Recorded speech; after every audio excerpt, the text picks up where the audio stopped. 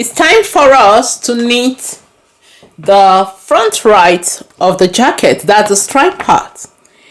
And to knit that, the instruction states that we should cast on 132 needles. If you want to do an E-wrap cast on, that is fine. If you want to do a thin row of mock rib because you are not comfortable casting on long stitches of E-wrap, that's also fine.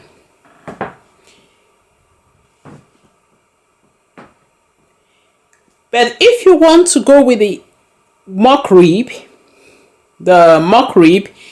make sure you don't exceed 4 rows of that. You just need an edge to give you an edge for the knitwear, which will be a seam. So you need a very thin edge. So please don't exceed 4 rows. If not, that edge is going to be bulky and you don't want that to be bulky, and when you stitch, it's going to start poking your sides. So I'm going to cast on, do an E-wrap cast on, because you already know how to do a mock rib. I think I've done that in one of all the other videos of making a thin edge, a mock rib edge, in some other videos. So my row counter stays 000, and still on stitch 3. I've already threaded the yarn in the, you can see that is on the mast. Since we are using the raspberry pink or pinkish purple yarn, I'm going to start casting on. I've already pushed the needles out so that I don't waste time, not to take too much time.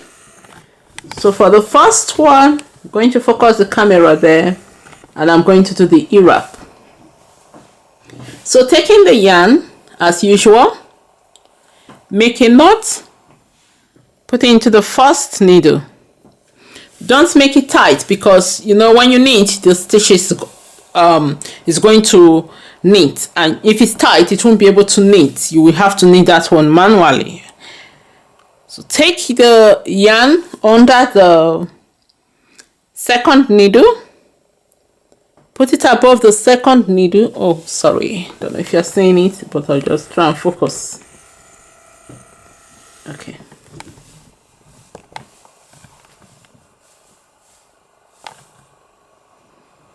So take the yarn under the second needle and take it over the second needle. Sorry. Take the yarn under the second needle, bring it between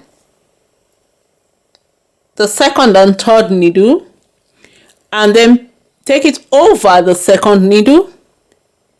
Then take it in between the first and the second needle to make your E-wrap.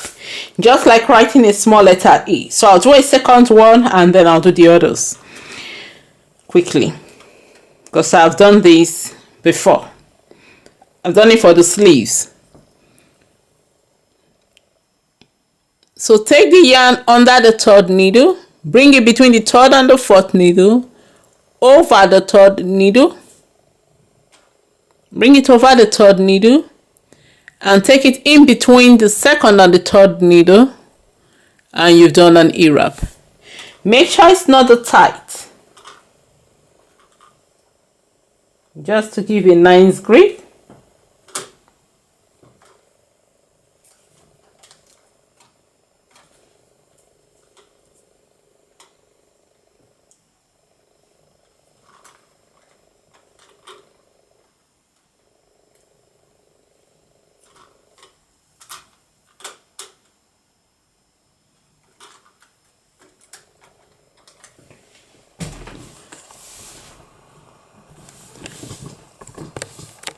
So I'll finish wrapping the 132 stitches. We just go closer to see.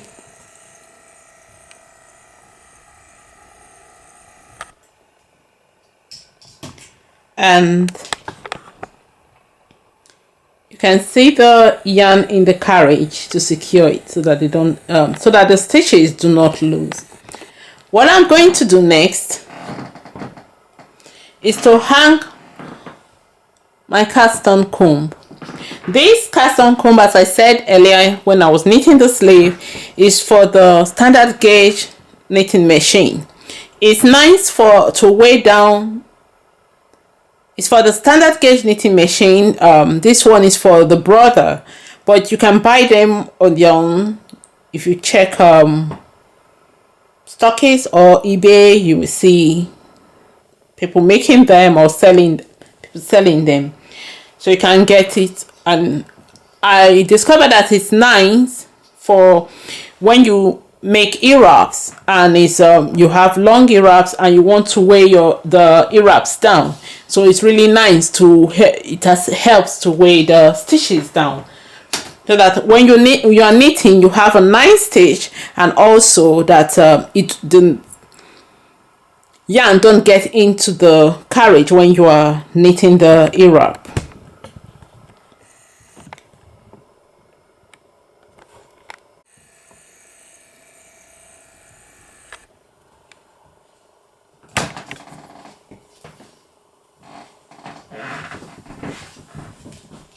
I'm going to hang the cast on comb now.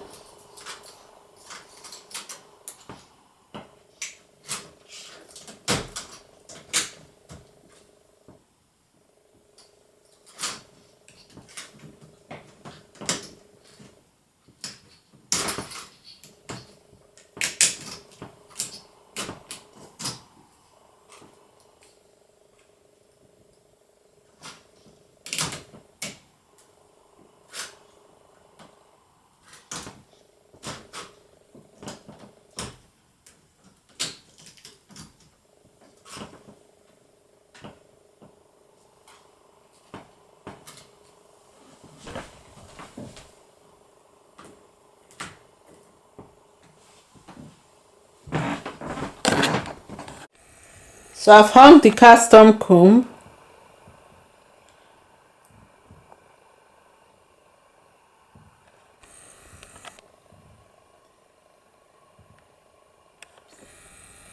If you want, you can hang claw weights to weigh the cast on comb down. Just evenly space the claw weight.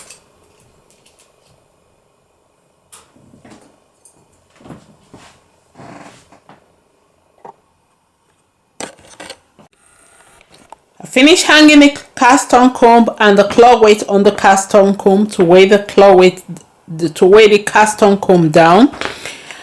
And the yarn, the starting yarn, is in the carriage, the yarn feeder of the carriage. Stitch dial is set on 3.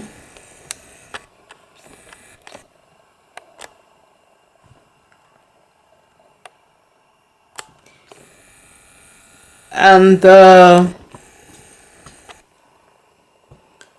row counter is on 000.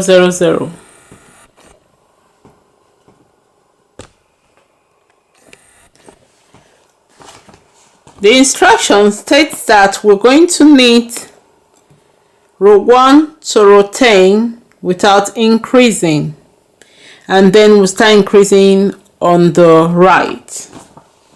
So what I'm going to do is still following the sequence of the yarn of the stripe. I'm going to knit 10 rows of the pinkish purple, and then the next color we'll use is the yellow. We'll knit about 6 or 4 rows of that. So we need 10 rows of the pinkish purple, and then we need 4 rows of the yellow. Then we'll follow with the blue, and then with the brown. We just need to follow the sequence.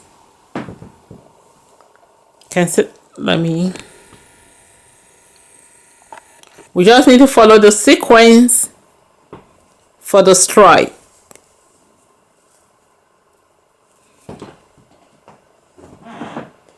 So I'm going to quickly knit those rows just the same way we knitted the armhole. Sorry. So I'm going to quickly knit, and it's just the same. So I'm going to quickly knit. It's just the same method of as we knitted for the sleeve, the stripe sleeve. Not to waste too much time on this, because it's just changing of yarn and increasing on only one side as we did for the sleeve, or following the instruction. I'll just knit, and when we get to the change the yarn, and when I get to the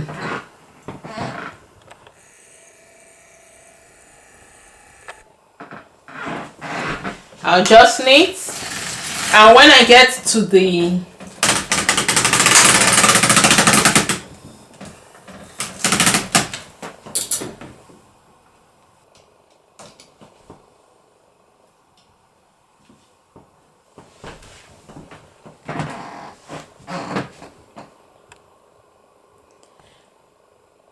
so just knit, and when I get to where we need to do the buttonhole, I'll put on the camera. That's because that's going to take a little time, and we want this project not to be too long. We want this project not to be too long. So I'll put on the camera, since it's just straight knit and increase on one side as we have done that before. I'll just do those ones off camera. And when I get to before we start doing the buttonhole, I'll put on the camera. I'm on row 30 now. I'll just take the camera to the row counter, and you can see that it's 30. So what I'm going to, on row 30, we're going to increase.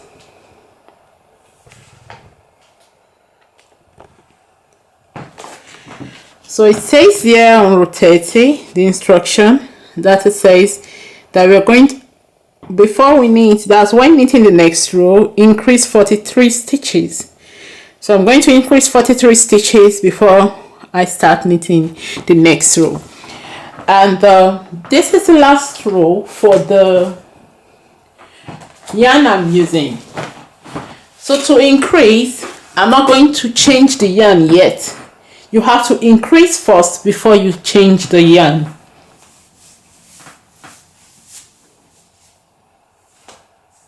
It gives your stripe a nice, it makes your stripe straight. So I'm going to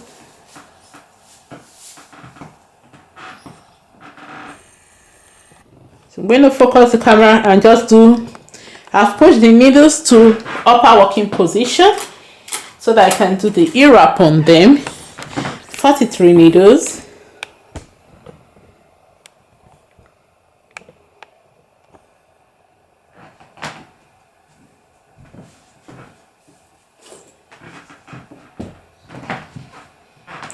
So I've put the needles to upper working position so that I can ear wrap. 43 needles. I'm just going to ear wrap before I change the yarn. So focus the camera closer so that you can see what I'm doing. Taking the yarn out of the carriage, and I'll just quickly wrap this ones.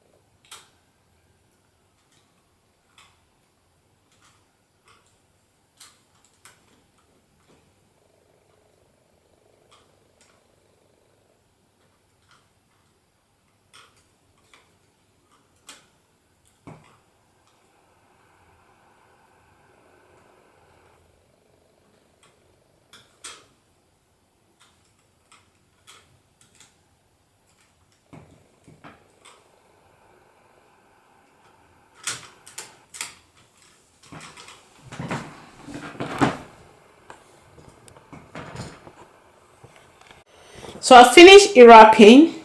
What I need to do is to break the yarn and put the other yarn to use. So I finished wrapping. What I need to do is break the yarn and bring in the light brown color.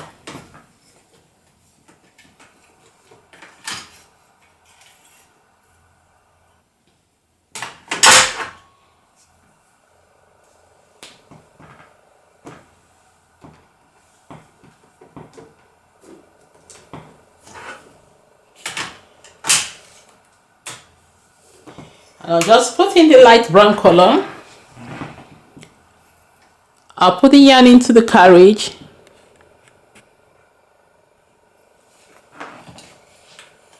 and just knit across.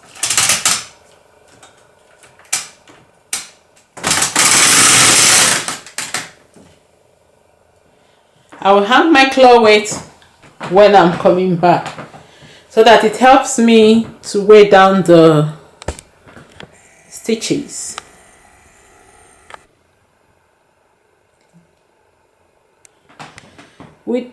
To secure this edge, I'll just tie the yarn together as usual.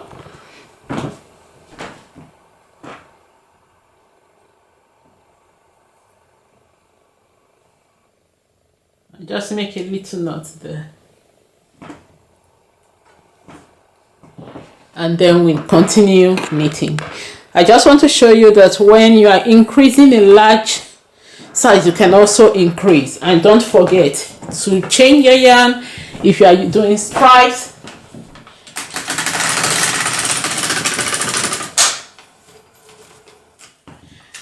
And also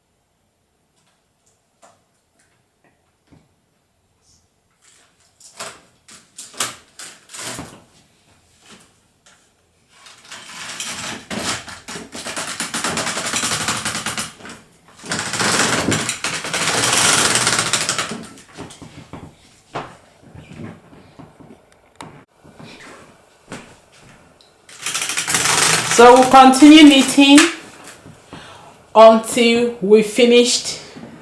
It's time for us to do the buttonhole. And when it's time for us to do the buttonhole,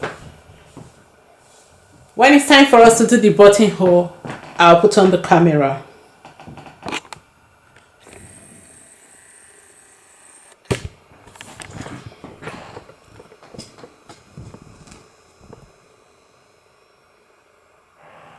So I need to hang claw weights now to weigh this side down so that they don't get in under the carriage, and then continue knitting following the pattern, the stripe pattern. And when it's time for the buttonhole, I'll put on the camera.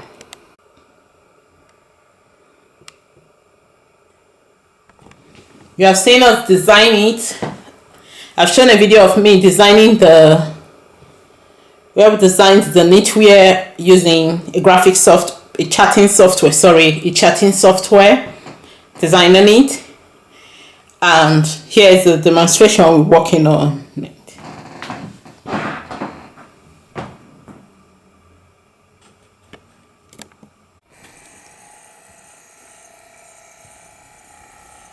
I'm on row 122 and you can see it on the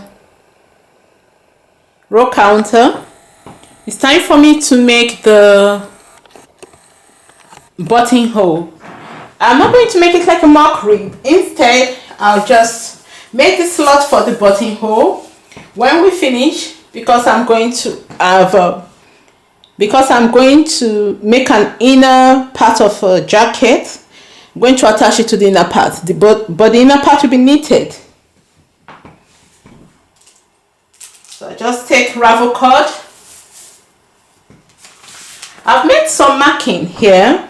120. Okay, so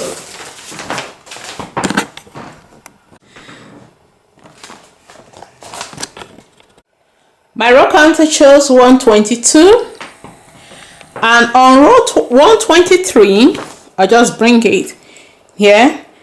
I indicated I'm going to make a buttonhole at row 123. So I need to knit one row before I start making the buttonhole.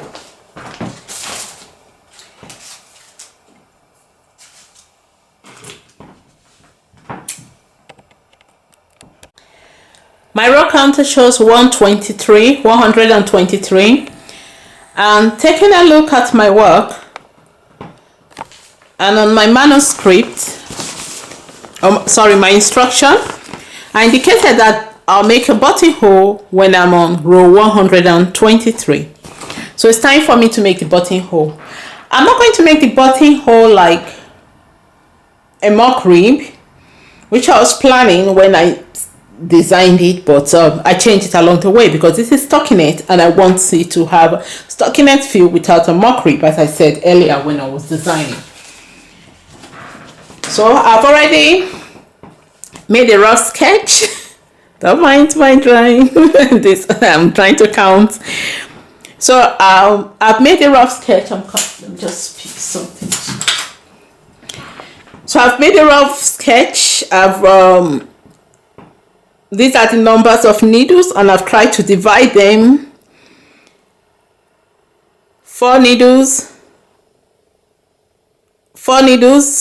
Then the spacing is going to be the one at the bottom. The first 2 needles will be omitted.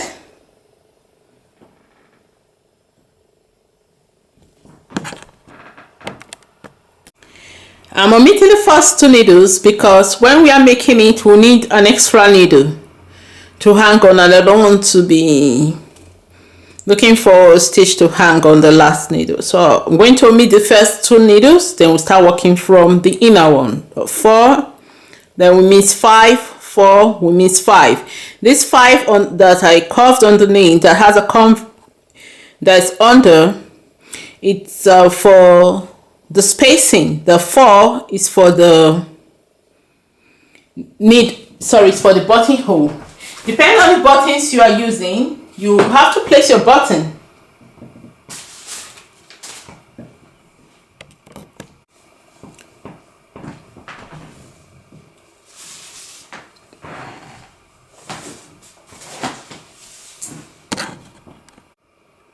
So it's time to make our buttonhole. I'm just going to take a look at the row counter. It states 123. I'm not making a mock rib buttonhole, the usual type of buttonhole that I do make that thick. Instead, I'm going to, because I said I don't want to have a kind of cardigan effect on this, so I'm trying to avoid that. I just want it to be like a slot on the knitwear, which looks like just like suit jacket. We just have a slit there. That's for the buttonhole. That's buttonhole. So that's kind of slot is what we are trying to make, instead of the usual one I do make, the mock rib kind of buttonhole. And I stated on my instruction that I'm going to make a buttonhole at row 123. Taking a look at my row counter, you can see that it's 123. However, I've gone further. Done my marking and just drawn some strokes to act as a needle on the needle bed, or the stitches on the needle bed, and try to divide the needles equally. So I'm going to miss 2 from the beginning of the knitwear. I'm going to miss 2 and work on 4 4 stitches will be for the buttonhole, and I'll miss 5, which will be the spacing between the next stitch to use for the buttonhole. So after every 4 stitch will be for the buttonhole, and every 5 stitch, the next 5 will be for the distance between the buttonhole. So this upper ones, this 4 stitch here is for the buttonhole, 5 is for the spacing before the next buttonhole. However, I've knitted the inner of the jacket, which I'm going to use, and I've done the buttonhole for that. So let me just show you, just a slit, and I'm going to stitch both of them together. We'll use the tappet tool or the latch tool. I'm going to use it to stitch it, to match it, and then stitch it to each other, while we try to hide the rough hems like the ties of the loose thread, loose yarn of the knitwear will hide it inside. However, so let's we need to just make this kind of slot and we'll work with it.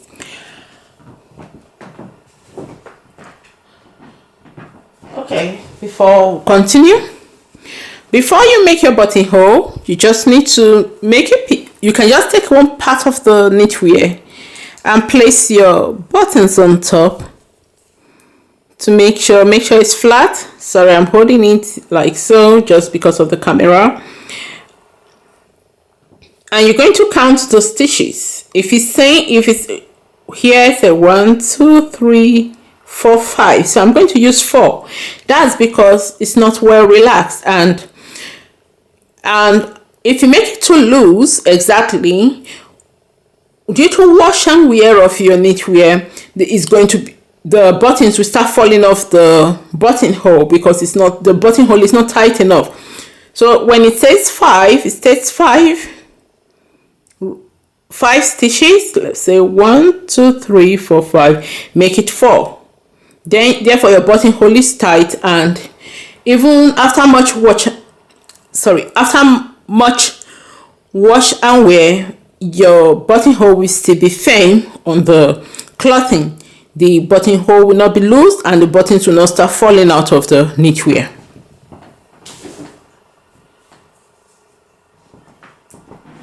So you can use whatever buttonholes you have. You can use whatever buttons you have to make the. So I just put it up again. And take a nice part of this knitwear, and I'll just place it.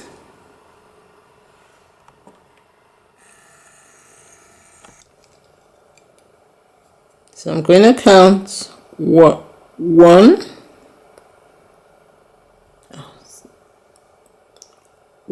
2, 4, 5. So I'm going to make it 4 to make it tight.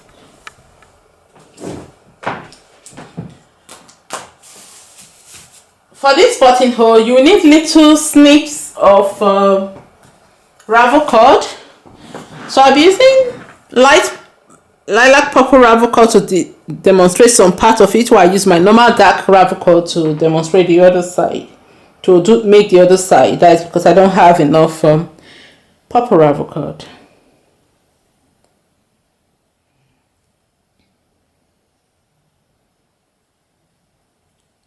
For this, we'll be using ravel cord to do it, to make the buttonholes. So I'm going to cut ravel cord. Just make some short snips of some short length of ravel cord.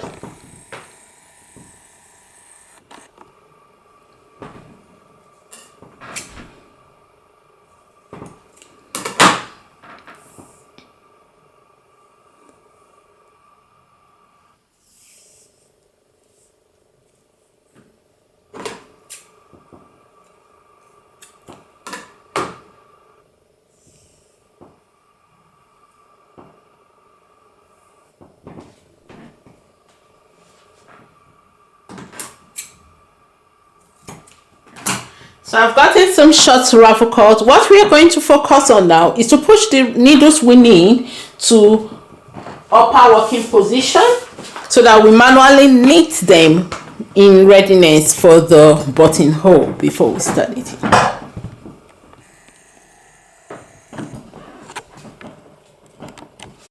So I'm going to start pushing. This is the upper part of the garment because if we take a look, you can see the armhole of the garment here. This is the armhole of the garment. So we're going to just make sure. I'm going to start from the neck side.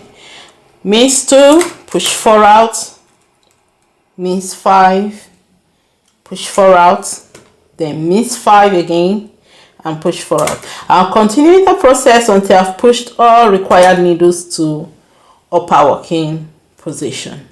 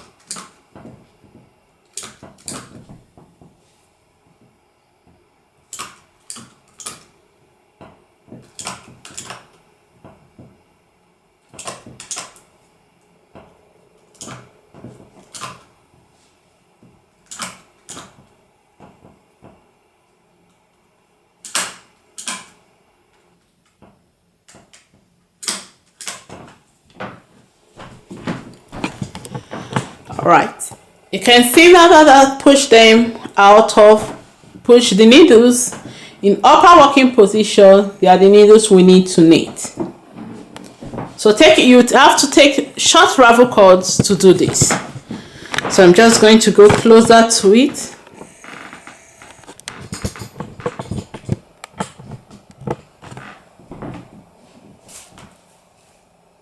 Take the first short ravel cord, very short, and you can place it over the 4 needles. I don't know if you've seen. Let me go closer to ensure that you've seen it.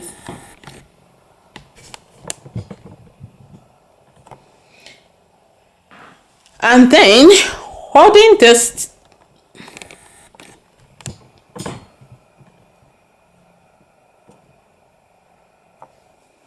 and then manually knit it. Knit each of the needles. Sorry, I'm knitting from one side to the other. I'll repeat it because I'm knitting from inner to outer part of the knit, which is not really nice, but it's all right. But for demonstration purpose, let me do it. So, right. So I'll take this next one. You just need to manually knit it like that thing. That's all. Till we finish the knitwear. Going to place and stitch the ravel cord over the hook of the needles. Make sure the needles, the needle is opened. The latch is opened, the needle's latch is opened, or the latches of the needles are open.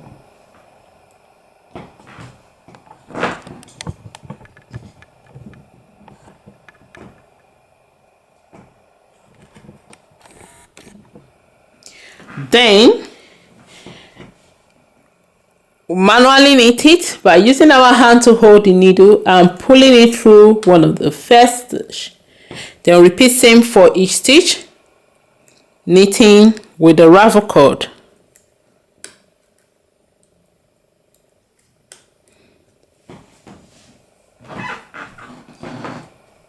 So we'll continue that process until we finished all needles.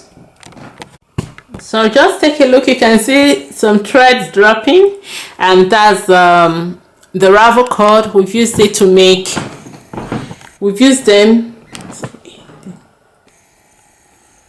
the ravel cords, we've used them to make slot for the buttonhole.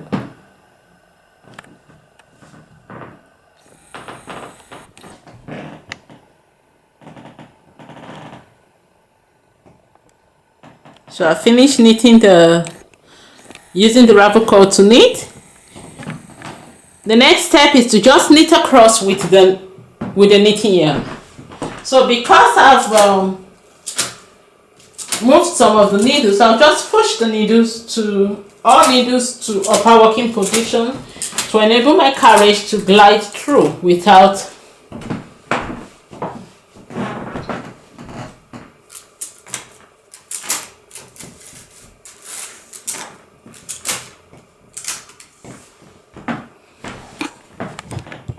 I just push the needles to upper working position so that the carriage, you can see the carriage there, I just want it to glide through. Continue knitting until we've gotten to the end of the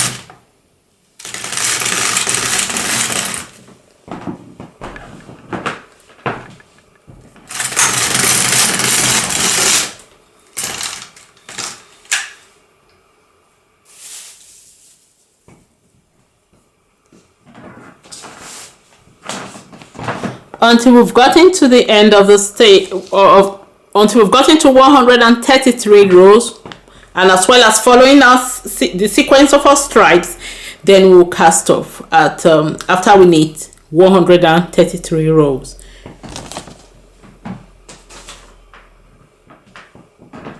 So I'll continue knitting.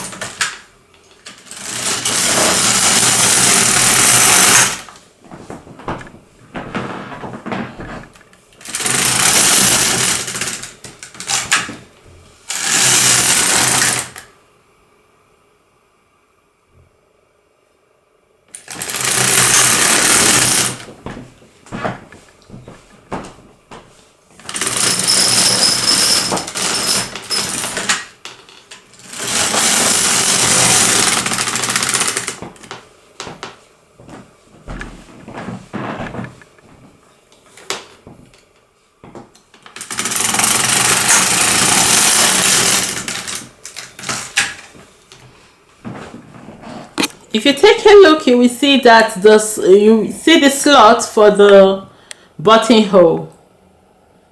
We can't take the ravel cord off now because the stitches will lose. We need to secure the loops that we've made for the buttonhole. So here we'll have buttonholes, buttonhole, and so. So when I get to row 133, I'm going to cast off. It's time for me to change my yarn, and I'll quickly do that, and then I'll put on the camera when I want to cast off. I'm on row 133 and it's time for me to cast off. So I'll take the camera for you to see the row counter. It says 133 and the instruction states that I should cast off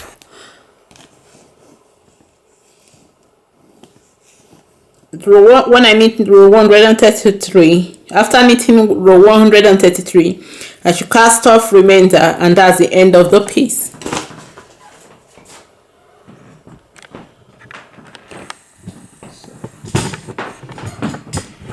You just need to focus the camera on the carriage end so that we can start casting off. First, I'll take carriage out of the knitting machine so that I don't exactly push it. You can leave it there if you want to. It's optional. We just want to cast off. And take the yarn out of the yarn feeder of the carriage. What I'm going to is the usual cast off, but for those, if this is your first video, I'm just going to do this. We need to cast off, and to cast off, I just want to get the camera closer so that you see what I'm doing. And to cast off, we're going to push the first needle out.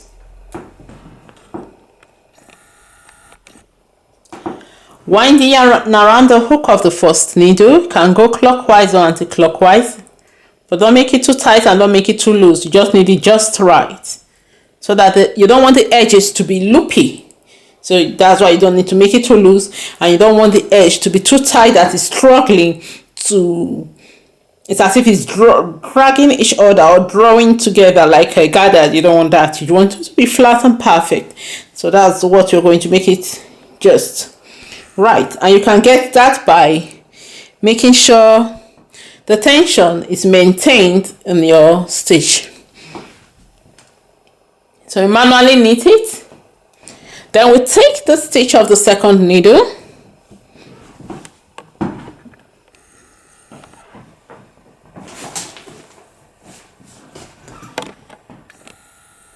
Then we're going to take the stitch of the second needle. Using you need your transfer tool for that. Sorry, I didn't state that for first timers. I didn't state it. You need your transfer tool. I'm using the one needle transfer tool, 1x3, but you just need only the one needle transfer tool. So you take the stitch from the second needle, move it onto the first. Move both stitches from the first needle back onto the second. Take the first needle out of work position. That's because we are decreasing. If you don't do that, your needle is in, you will make mistake. You will know which needle you've worked. You just see the needles there, and you may not knit over them, especially if you are knitting with a carriage, and instead of your stitches decreasing, they'll be increasing. Then you manually knit it. Just wind the yarn around the hook of the needle, the new first needle, and you just manually knit it. So I'm going to do that for the second needle. Stitch from the second needle with the transfer tool. Take the stitch from the second needle, move it onto the first needle. The second needle is now empty, but we need it in work position or working position.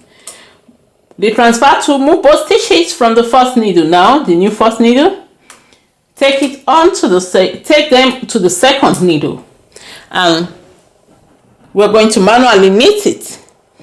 Wind the yarn around the hook of this needle with the second needle with the 2 stitches in, and manually knit it. Remove the first needle, the empty first needle, out of work position because we are decreasing. I'll do it a third time, and then we'll continue from there. Take the stitch from the second needle, move it onto the first needle. Take both stitches from the first needle back onto the second needle. Wind the yarn around the hook of the second needle,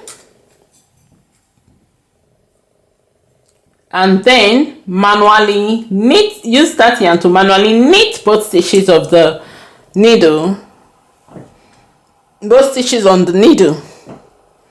Take the first needle, the first empty needle, out of work position to non-working position. That is because we are decreasing. And if you take a look at the edge, you can see that a nice edge is forming, cast off edge is forming here. And you can, if you put it across, you can see that we don't have needles in work position here because we've removed them. We are decreasing. So we'll continue the process until we have decreased the remaining stitches. We have to do all the stitches, and we have to decrease them. And once we decrease them, that's the end of the space. So when I'm close to the end of the decrease, of the casting off, to finish casting off the stitches, when I'm close to the end, I'm going to put on the camera so that we just do the end together, and then we'll move to the sewing machine where we'll add the inner piece, all the pieces together, the sleeves, the left side and the right side, and all the other pieces together, and then we finish off with the buttonhole. So I've already remaining 4.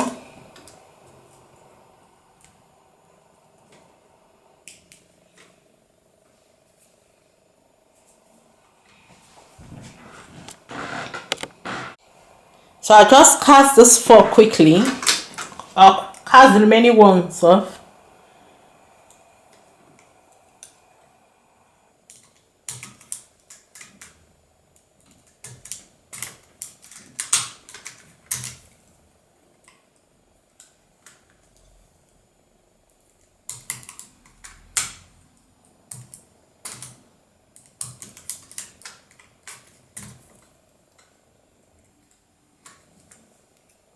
And the final one,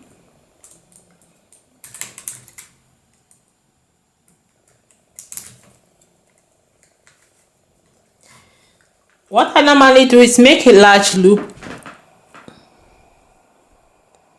with the last stitch, then I'll break the yarn off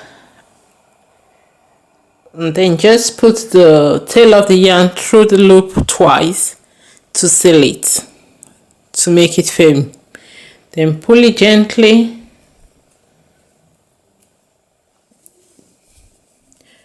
What we need to do next is to go to the sewing machine where we'll sew the pieces of the knitwear together to form our jacket, and from then we'll do the buttonhole and then we'll sew our buttons on.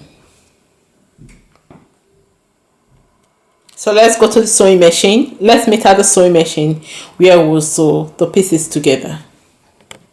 Sewing all our pieces from the sleeves, both sleeves at that end, the back, the front, there's the left front, there's the right front, and we have the pieces being inner part, is the inner part of the jacket.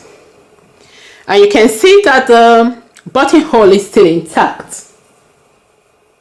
We've not stitched it. We have to stitch it to the front, the multicolored jacket. We'll do that later on after I finish sewing everything.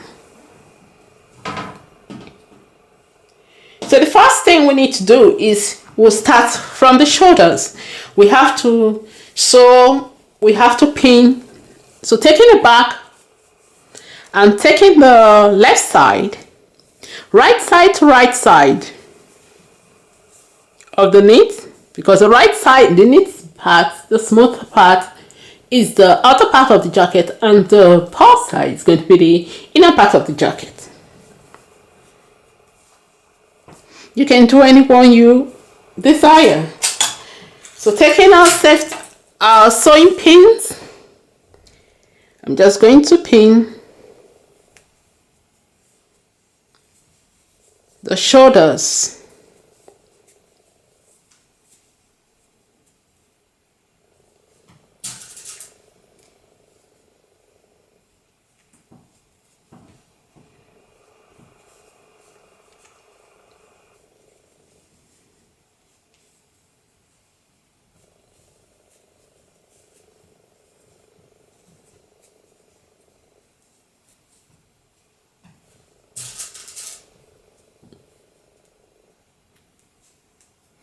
I love using a lot of pins to pin it so that it prevents it from rolling.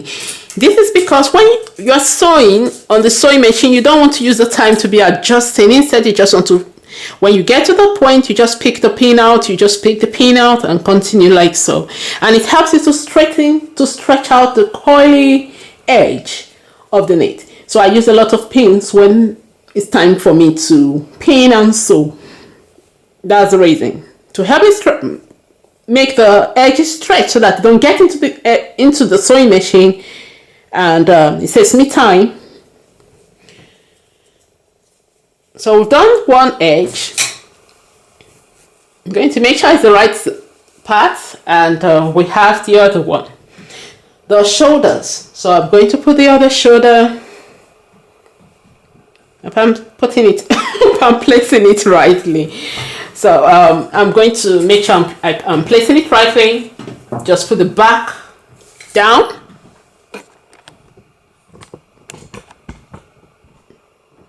So I'll put the back of the knitwear down, and that's the first shoulder. Going to do that. Oh, you see, I did it wrongly. So the armhole, make sure the armhole, they are facing each other. So that's it. Okay. So the tip is to make sure the armhole lines the front and the back armhole, the front piece of the garment and the back piece of the garment, the armhole lines, so that you can get the side seam properly. So I just put that just to secure it, so that I don't make that mistake again that I just made.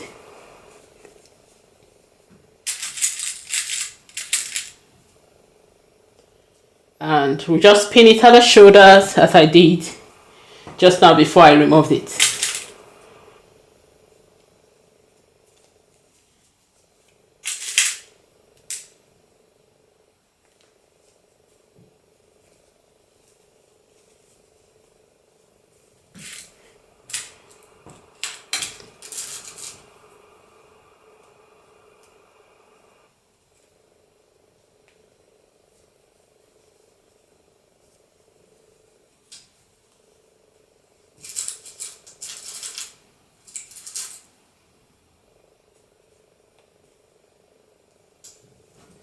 Okay, now this one fits properly here.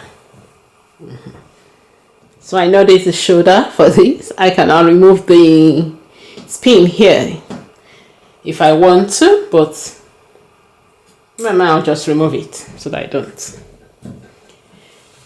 Then we'll take the front. I'm going to do them together underneath on the sewing machine so that I don't have to come back, do this, come back, no.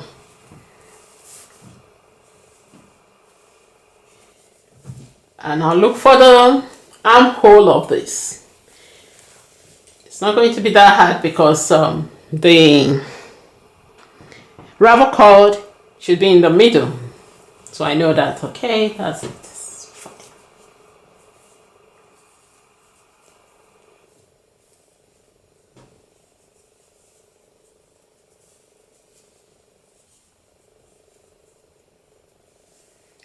So that's the armhole there. It fits. So I'm just going to put the strand of the yarn should be inside the rough part, or should I say it should be inside, because when we cover it, it's going to be inside. You don't want it, you can make it outside if you want to. As when we're designing, I showed you one I did that was outside, so beautiful. I love that top a lot.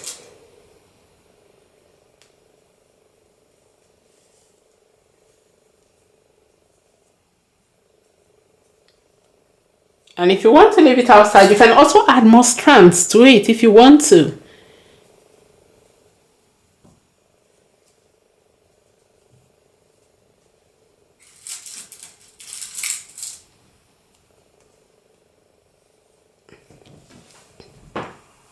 So now, I'll just go closer. Sorry if the camera wasn't close enough when I was pinning. So I've pinned the shoulders together, which is the first part we do, so that we don't lose our the pieces of the garment. So I've pinned the shoulders together. There's the front right and this is the front left. So I'm going to make sure you see it. Okay. Shoulders, front right, front left. And then with our buttonhole, our garment's coming into place. So go to the sewing machine and sew that. But before, so that we can just do everything on the sewing machine, there's something else we can do everything on the sewing machine so that we don't have to come back and start adjusting. And so the next step I'm going to do, we'll line this. Okay, let's go for the plain first. So I'll get a plain. Okay. So the plain sleeves, we go with this, so the plain side of the plain side of the knitwear. That's the left side. To pull the sleeves, remember the armhole technique. You take the edge of the armholes, place them together, fold, And as you place them together, the garment start folding in the sleeves start folding in half because you are matching edge to edge as if you want to seam it. We just want to know the middle part of the sleeve because we want that part to be placed. Since it's equal sides, that's why we are looking for the middle, because it's equal. So we want that to be placed. We'll just put a pin to mark the middle. This part is going to be placed at this edge here when we finish sewing. Place at the hem so that we have a nice, should I say, an equal part and won't have looping over. We'll know how to arrange our sleeves properly. I won't rush over it as I wanted to do earlier, just to do everything. I'm going to take time with it. Especially if this is the first time you are watching this any of my videos. I want you to understand what I'm doing. So I'll just mark the edge of the middle of the sleeve down so that when we come back from the sewing machine, when we sew the edges, we come back from the sewing machine, we just continue this. We just continue with this. And then I'll just put that aside. Then for this, the stripe will do the same. We'll take the edge of the armhole, the underarm,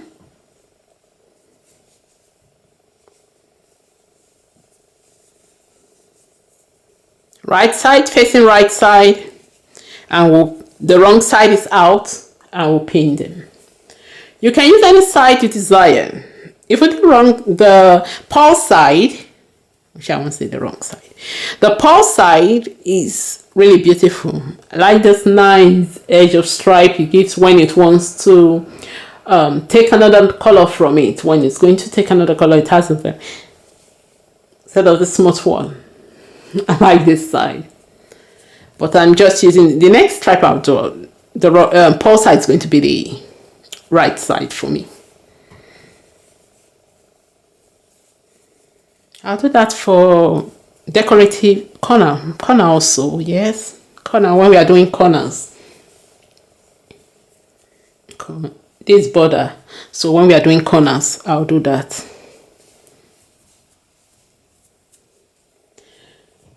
And I'll just put a pin in there. I'll take a white-headed pin, and I'll just to mark the middle. This middle will be placed on the seam of the shoulder seam that you're going to stitch now. So it will be placed there. So I'll put this aside. I'll quickly go to the sewing machine to sew this. Then when we are sewing the other one, can fit on the sewing machine.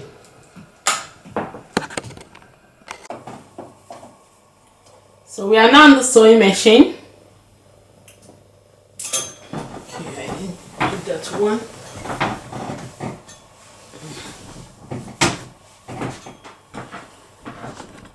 So we are now on the sewing machine. We're just going to take a look at the setting. I'm using 00, which is just plain back stitch. And you can see the setting I'm using on the machine. I'm using the Singer Serenade C520L sewing machine. This sewing machine was made by was sold in Lidl. So I'm using it, and I'm using one thing I noticed about the sewing machine. So if you have it and you want to use it, one thing I noticed is that when I used a normal sewing needle, like how I use on the other machines, my previous machine, it don't sew properly. So it's as if it pushes the knit where inside the inside the dog feed, and that gives a problem and the machine stops working. Start making some screeching noise, which if you have sensitive teeth, it affects you to that extent. So I discovered a way to go through it, and I found out that if I use denim sewing needles, which I bought from Lidl too,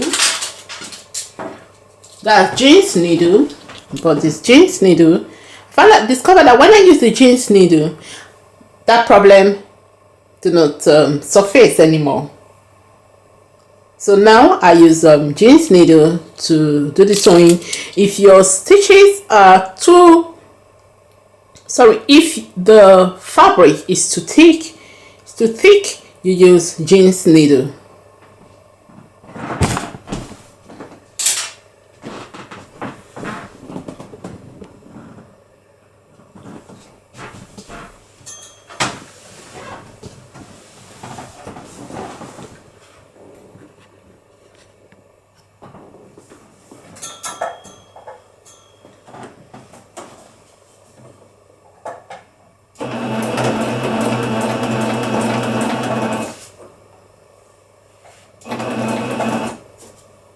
Just going to press the return key so that it can set my stitch for me. Then I'll continue sewing.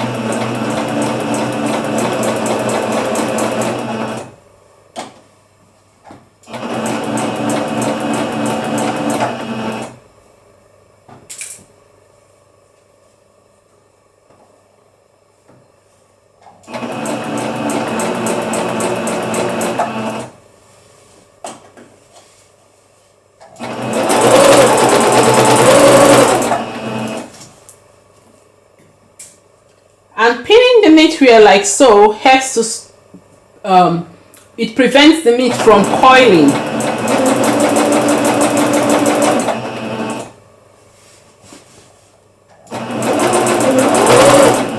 Which is nice for the knit machine. It makes it fit properly into the knitting machine. Oh, sorry, makes it fit. It makes it fit properly into the sewing machine. It's nice for the sewing machine, and it enables it to fit properly into the sewing machine.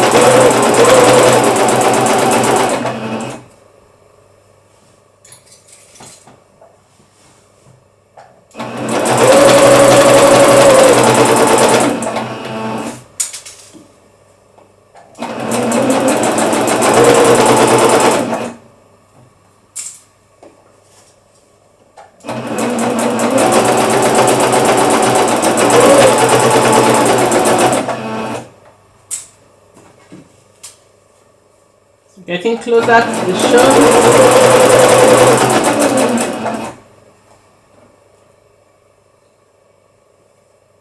And because the shoulder, I pin the shoulder outward, it's going to help for me to just sew over it to secure it.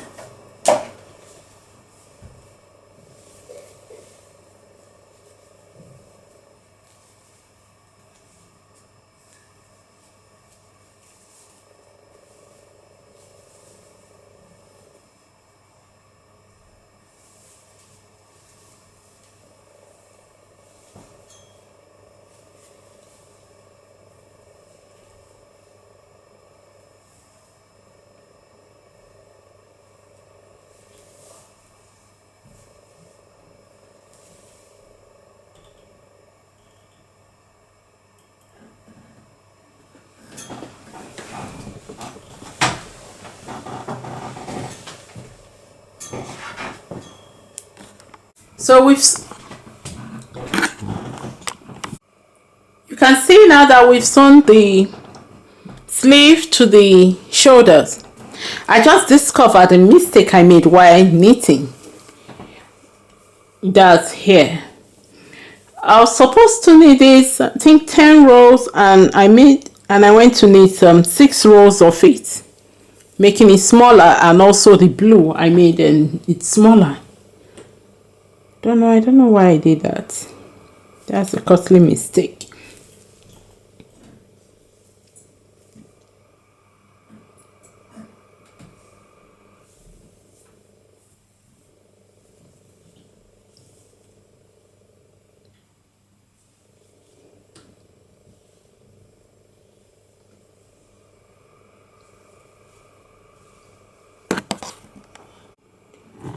And if you can see, this is a mistake I just discovered. These two, I made the blue smaller here and I made it smaller here, so you can see that it's affecting the pattern here.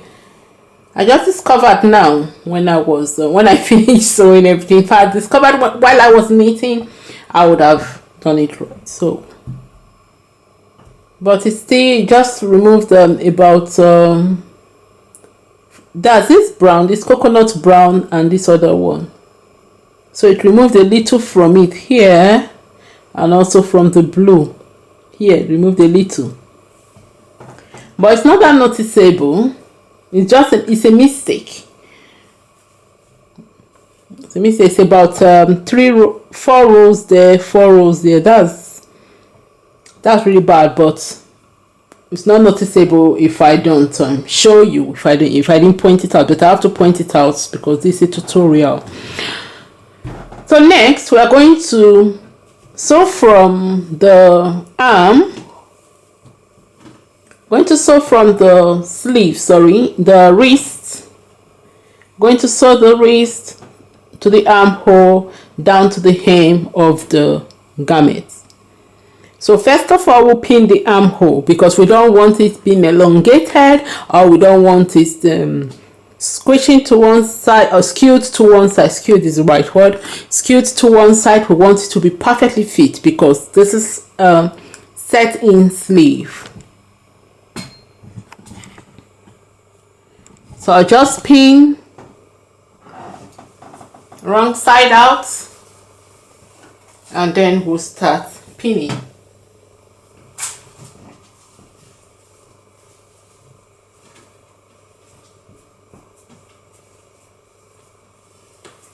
So match the front armhole to the back armhole.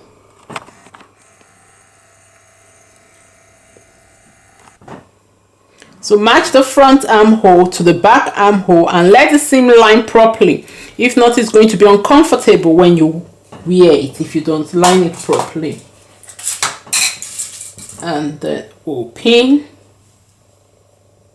how to secure this, and I'm going to make sure the pin is heavy there. Then we'll go to the sleeve, the wrist of the knitwear, and we're going to start pinning from there.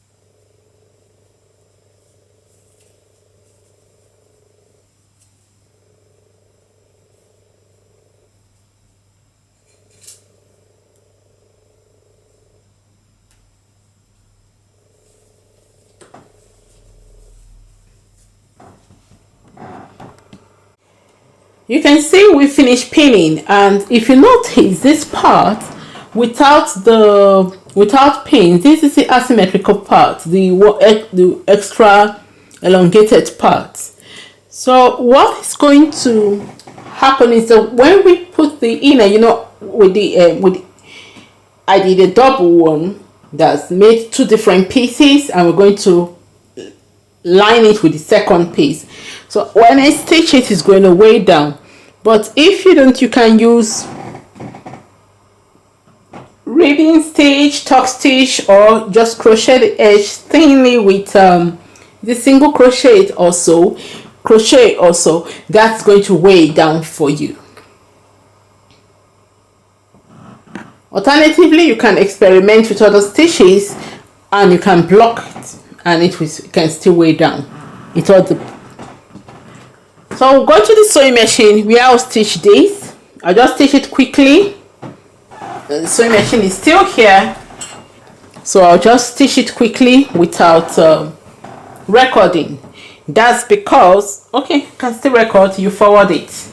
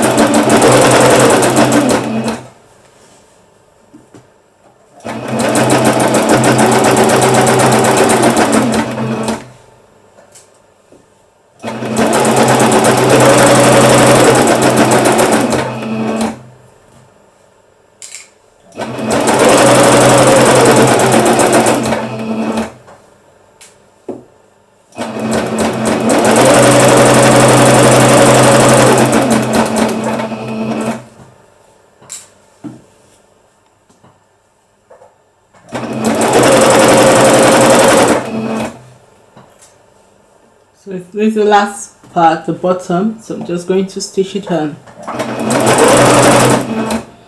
Set the return button to set the stitches.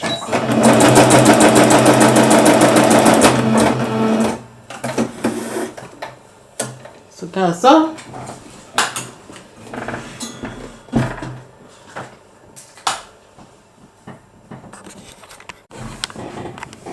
So here's the knitwear. We still need to fix the buttonhole. You can see the raffle cord still here. We'll just go closer so that you see the raffle cord. So we need to fix the next step is to fix the raffle cord, and once we do that, we'll sew the other part of the inner part of the garment to the knitwear, and then we are through. So this is the other part. We'll need to put it sleeve into sleeve, and we need to sew them. Once we finish the buttonhole,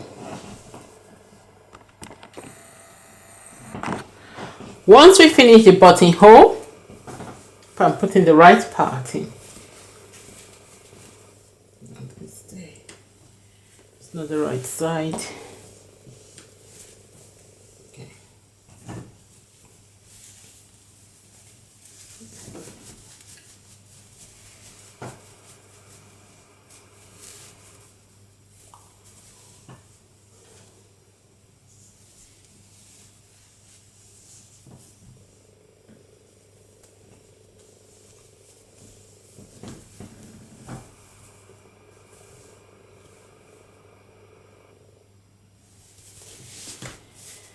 We need to put it in, sleeve into sleeve, and then the edge, we'll stitch the edges together. Then we'll have a heavyweight jacket or suit-like jacket.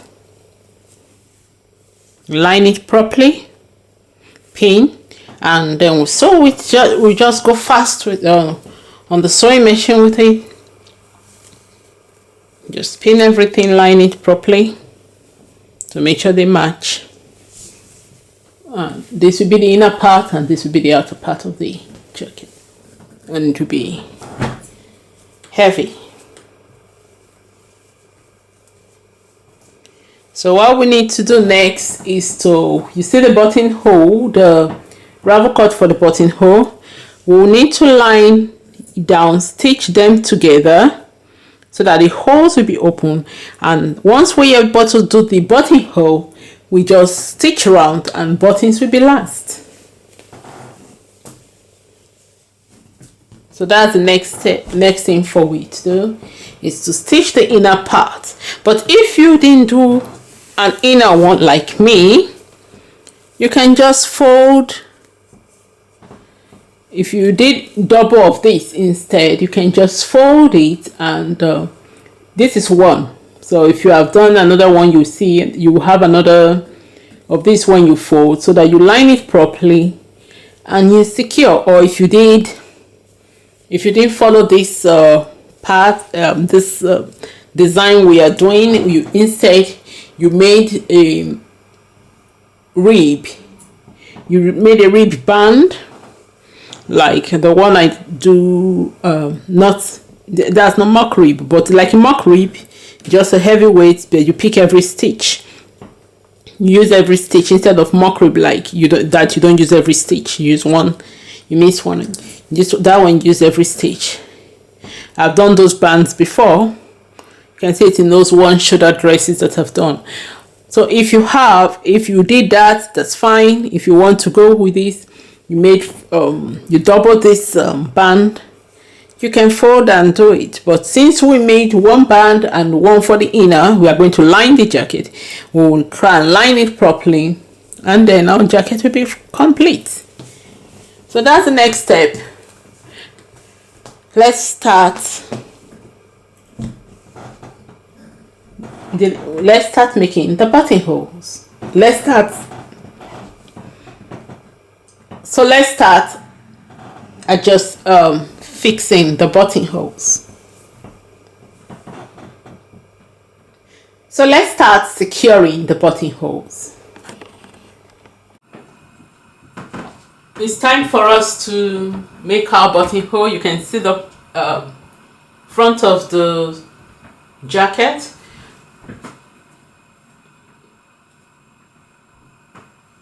It's time for us to make our buttonhole, and you can see the front of the jacket.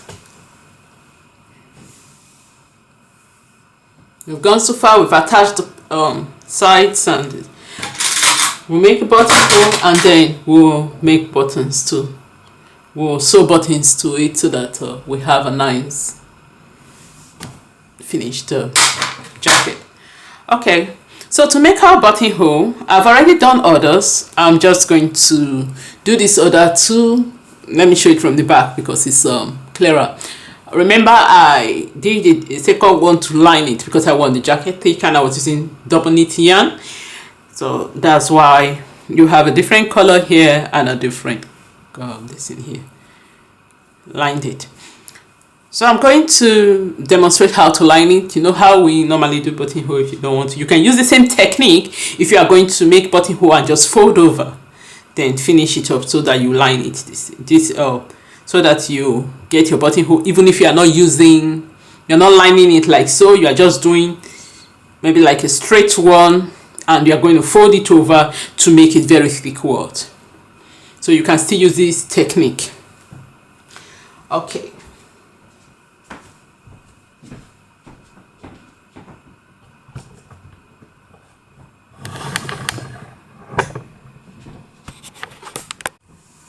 So to make our buttonhole, I'll show from the back because it's clearer. Although here it's a bit clear, but you will still understand what I'm going to do. You take the same, you thread your yarn. You thread the yarn in the needle. Don't need to be a tapestry needle. Also, you just need to be a normal sewing needle. But you know they have one that's not tapestry, but it have a little bit of a large eye. The needle eye is a bit large, so that's what we use to. We just thread. Use the same yarn that see the border. The yarn that is on the border of this is what you will use. Don't worry about the back. If you did something like mine, you don't need to worry about the lining in there. But if you did, okay. You only need to worry about the front because it needs to match completely in the front. Okay, you can use this as a style. When you turn it over, if you want to do a reverse jacket or so, you can use it as a style. Then maybe the buttons you will put will be that of this color or something to be nice. All right. So you can see my ravel cord. You can see the ravel cord there, and you can see the ravel cord at the back, the brown ones at the back, the lilac you see that we knitted two different separate pieces, and I have to, you see where I joined them, the same line here. Okay, and we are working in front of the jacket. So if you fold, you will still have to work in front of the jacket and as well as the back. So what I'm going to do to make it clearer, because of the ravel cord will be in place, but if you are doing it, don't do this. Because why I'm doing this is because I want to show you that this is how we are going to work it.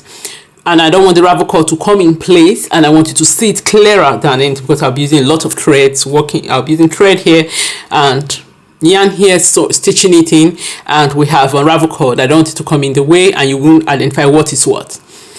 So, but if you are doing it, make sure you finish sewing before you take off your ravel cord so that your knit don't come out. Okay. So first I'm just going to remove this one of the way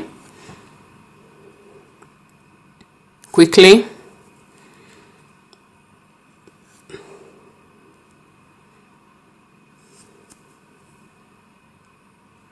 And I'm going to be careful. I have my latch tool here in case any of the stitches fall out. So I have that one in place because I'm doing something I shouldn't be doing. I have to do it for us to see clearly what is happening. So we have we have the loops. You can see the loops there. Okay, so I'll do the ones in the front because we are going to make sure we match the ones in front with the ones at the back.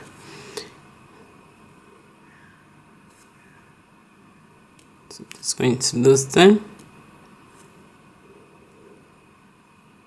I'm still being careful losing them because I don't want any of the stitches to now start stitching back. I will try with the second one. I have another one here, so I will try to see if I can do it when, if you don't see the first one, maybe be able to see with the stitching on the second one. But let's do the first one. Okay, so well lined. The first one need to do, let me come a bit closer. You take you see, I'm not using the loop stitch now. I'm just trying to anchor my sewing needle with sewing thread with the yarn into this one, and make sure it goes to the front side. And you turn it to the front. You'll be working both in front and back, and make sure it's the same side on the front. If you take a look, let me not put my large finger in the way. So I'm going to put use something to point it out. If you take a look, it's one spot here. One of the yarn here that is complete, one of the rows here that are complete, that don't have any loose loop.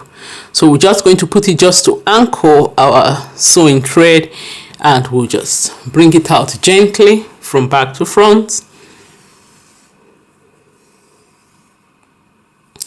And we'll leave a large tail of yarn.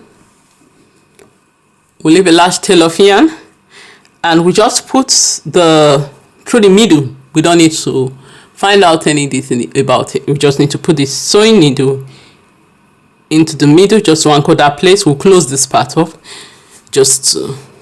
but if you don't want to pass through that, you can. If you want to, I need to make sure that it's not okay. It was hooked something there.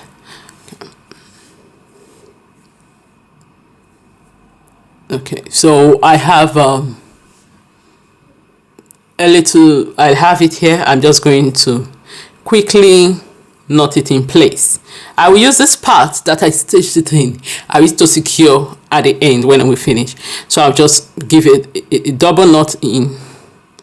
You can do one single knot. There's no problem there. Okay, so now the work starts. Depend on where you want to start. You can go from left to right, depend on which you are comfortable in. So I'm going to pick the first part here, the second, this loop, and I'll pick its coordinating loop. Yeah, I'll pick it, and whoa, you can see that's from the front. All I needed to do was just slide it down a bit, and you can see a bit of the front.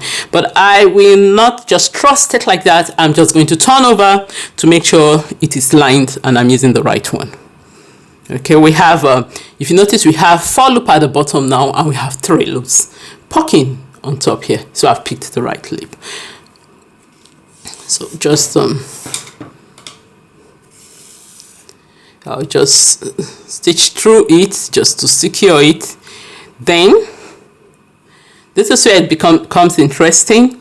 I'll come into the second loop now. I'll go through it. I'm just trying to pull it out a bit, but have to be careful so that I don't, because if you pull it too hard, you're going to now make the second the next loop go smaller and the stitch fall out of that.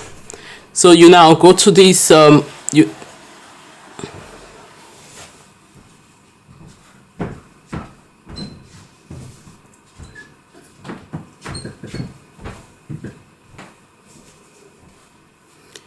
so you now go to this you now take the second, put it through the second loop, and I'm going to find the second loop of the front part, and I'm going to insert it through.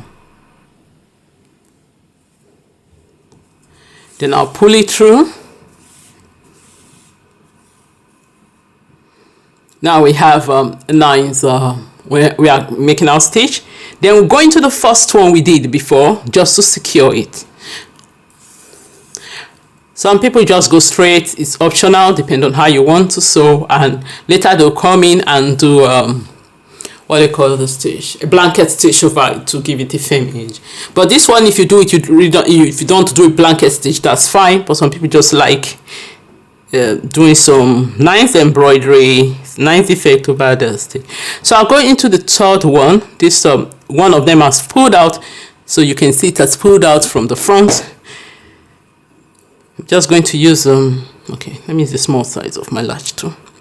So I'm going to use the latch tool now. I'm going to just gently get that loop back. That's why I got the latch tool in place. Right, here's my needle. And I'll take this second one, this third one, sorry, go into, wait, okay, I did it for the first, okay. I'll come into the second again. I'll come into the second, yes, that's it.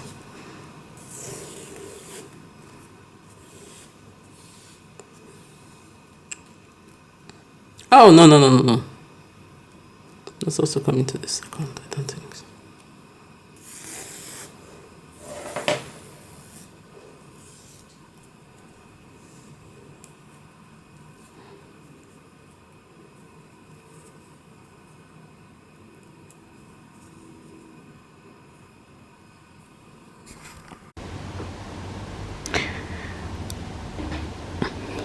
Here is a little piece that I did because the one I was working on for the garment, I discovered that wasn't showing properly when I looked at the video. I found out that I was out of camera focus. So I've done another one, same, just a little swatch,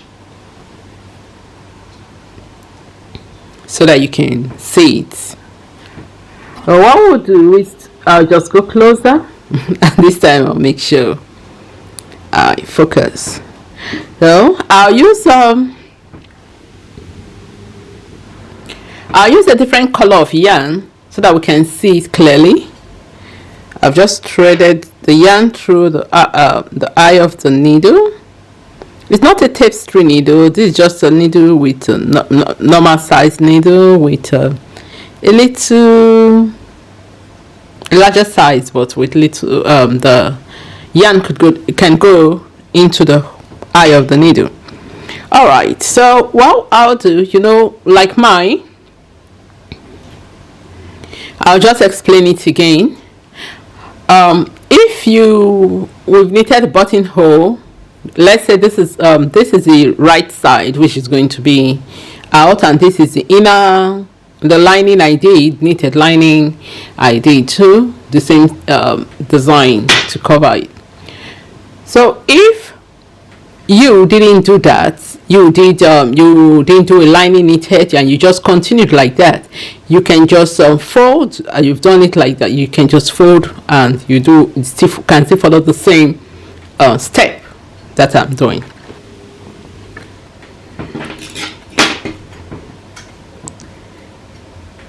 I'm not going to remove the, okay, for this first one I'm going to remove the ravel cord so that you see it.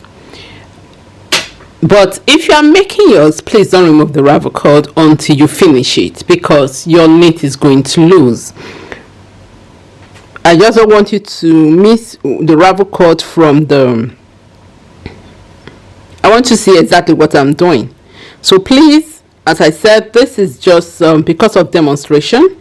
That's why I'm removing the ravel cord. When I do it for, when I'm doing my work, I don't remove the ravel cord until I finish and I certify that I didn't miss any stitch, because I'm not going to be looking for drop stitch everywhere.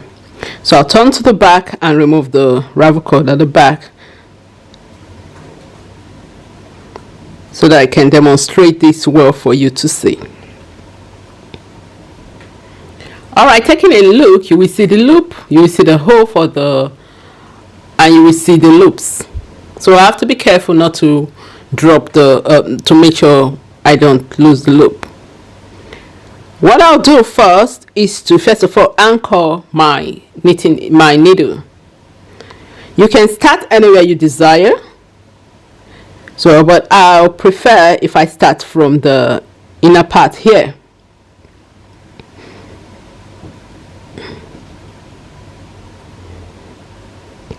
So there's some space here.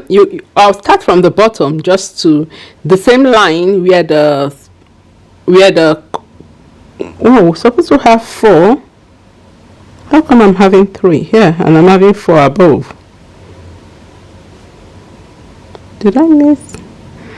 Oh, okay. Yeah, that's it. The loop is here. Okay.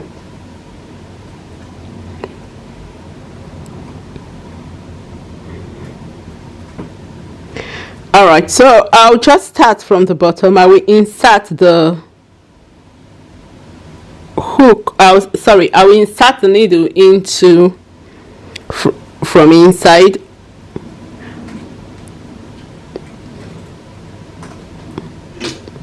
You know, it will be closed like so because we've just done this is the seam. So let me explain it with the swatch in case I know if you look at the upper part of the video, you will see the main one I did too. I included it so that you understand. Okay, so this is the seam. I've seamed them together the same as I've seamed my original piece. So this is the lining and this is the right side, the original, the front, the piece that will be shown to the public. Okay, and the purl sides are facing each other because I use the knit side as the right side, both inside and outside. Okay, so what we're going to do is to just insert. So I'll start from here because it's easier from the inner part, from inside. So just take a part of the knee. If we are working at the down, we have to put the needle first from the down. So you can see how close I went. This you see the loop, and I'll just insert it here because we are going to make sure we close some part here. So I'll insert it and just turn my work and bring it at the other side. It's looking as if it's at the top now, right? Okay, this is the top. This is okay. We are working at the top. Sorry, we are working at the top, but look at like the bottom. Because if I tell you, if I line it, you will see the bottom here, and you see the top. Sorry for the mistake. Okay. So I just put it in, and I'll make sure it comes out here.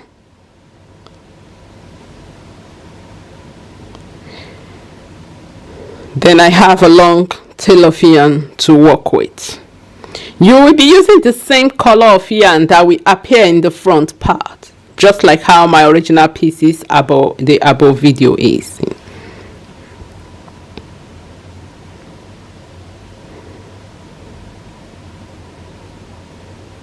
Leave a large long tail of yarn. We've done that. You can tie your work if you want to. So I'm just going to secure it a little, then take it into the next one and just secure it into in there. So I just make sure.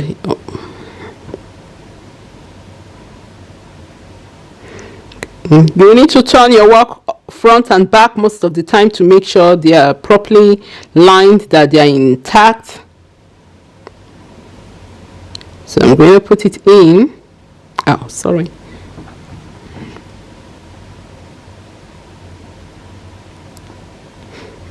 And I'll turn, and it is close to the one at the back.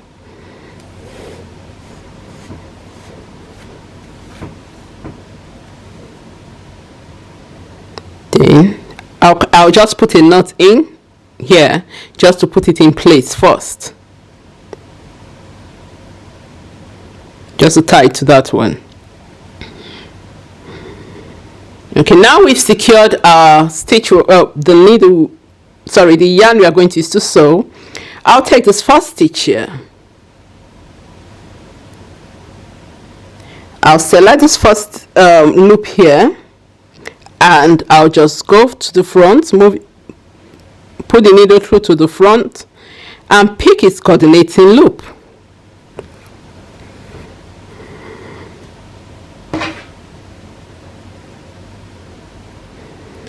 So here's this coordinating loop. I'm going to pick it. You see, now I've secured it now, but not really secured. But be careful, because as you are going through it, if you see, the loop is pulling this other loop out. That's why I said don't remove your ravel cord until you have finished, because it's going, as you are working, it will be pulling all the loops, and you won't have any. Before you see, you have a lot of drop stitches. So we've secured the first one, but we've not properly secured it. We've just threaded our yarn through the loops. So we'll go back into the first side that there's a loop here. That's where the fourth loop is supposed to be. We just put our needle through that just to secure it. We'll bring it through the other side. You can do it one after the other, which is better. So once we bring it from the front part, we just put the needle out here first. Then we'll find the part for this other bottom side and do same.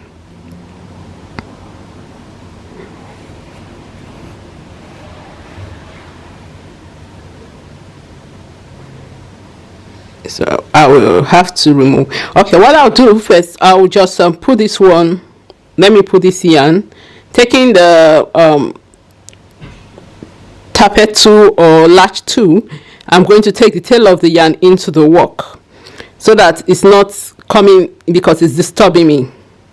After all, that's going to be the place where it's going to be when we finish. So I'm just going to leave it there. So we take it, we come back into, we select, pick a stitch here at the edge too, and just secure it. You know, we picked from the front just now.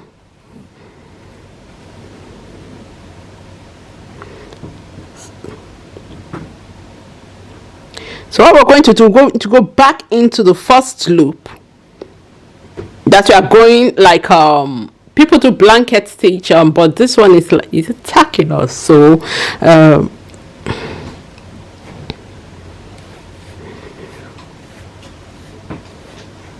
okay, so I've gone through the first stitch again and we've secured it.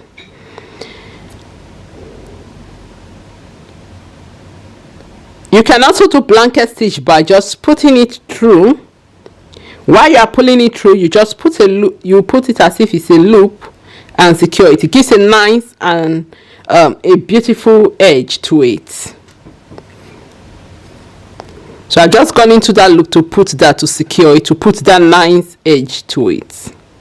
So we have that like blanket edge here. Next we are going to pick the second loop. So I'll just pick the second loop. Once we secure the first loop, you can go to the second loop, but you have to secure the first loop first. This particular stitch, I'll repeat again. Second, if you miss this one, I'll do it again. This first one, this particular one we are doing, it prevents the stitch from pulling. It prevents from pulling one another. So I'll just insert into the second one, the second loop, pull through. Be very careful why I put the, because I've lost. So pull through the second loop, find the coordinating second loop in front. So I'm just going to take the needle to the front, but if you can get the you can just work from back. I prefer, since I'm demonstrating, I have to show you, I have to demonstrate that it's in the front so that people understand what I'm doing.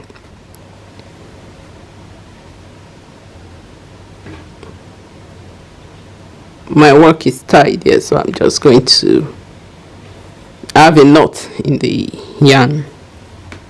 Okay, so I've done that.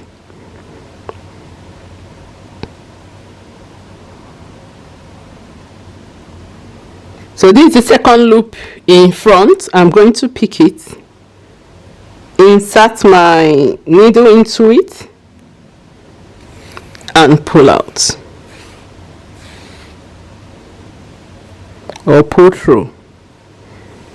Okay, so we've done the second one, and I'll make sure it's not the tight.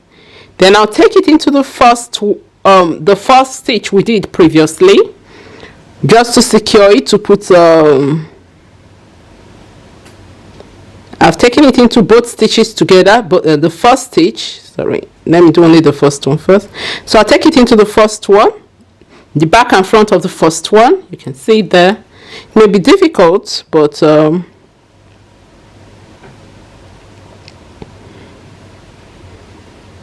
take it into it, and I'll just pull through that one, both of them. Be very careful since you are pulling out needle.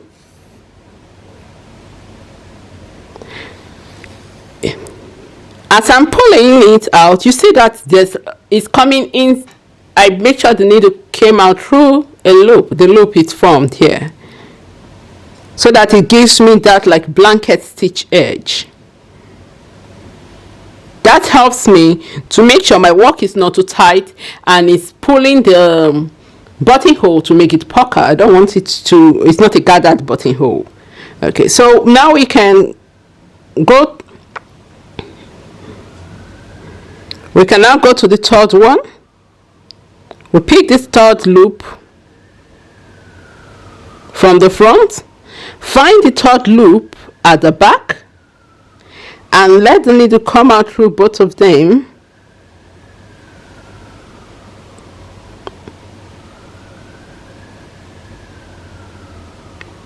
Did I drop it? Oh, okay. I'm just making sure it's the right.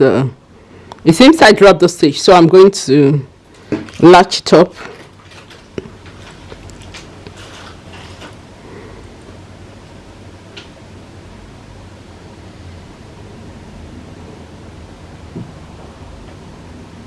Okay.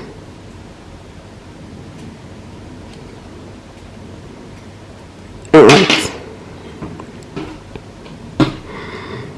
so we take the third loop from the front. It depends on where you are working from. You can be from the back, it can be from front, as far as you pick both loops together. So here's the third loop at the back. You can see both of them together. Okay, so I'm just going to turn the back so that you see that is the third loop from the back that I picked, and it's still at the bottom, the top up row, the base row. So I'm going to pull my needle through both of them together,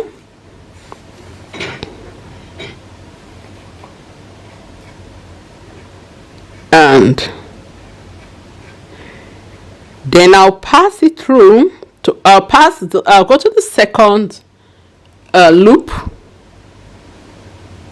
I'll go to the second loop, the one we did previously.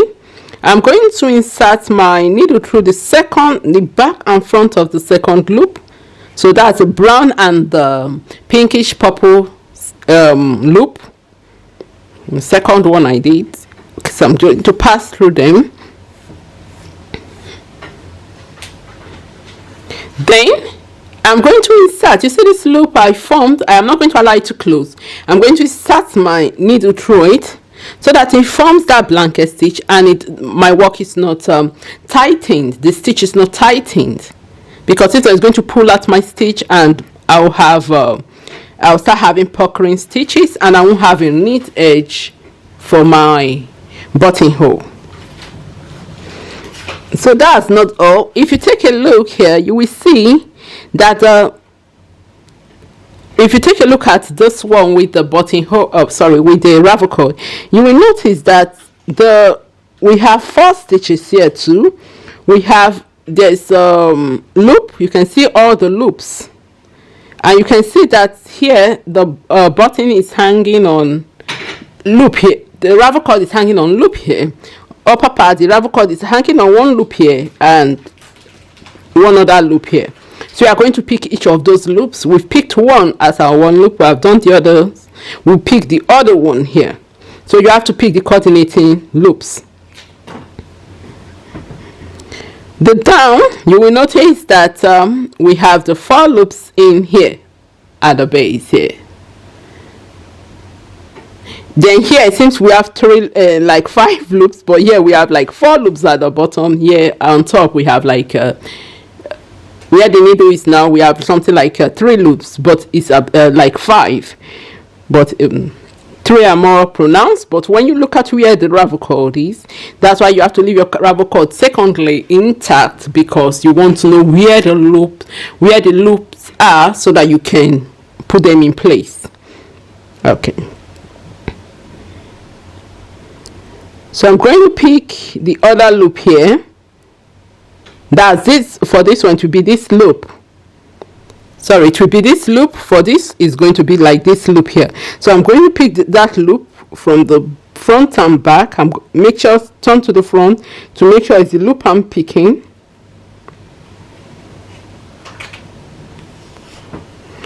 And I'm going to put my needle through.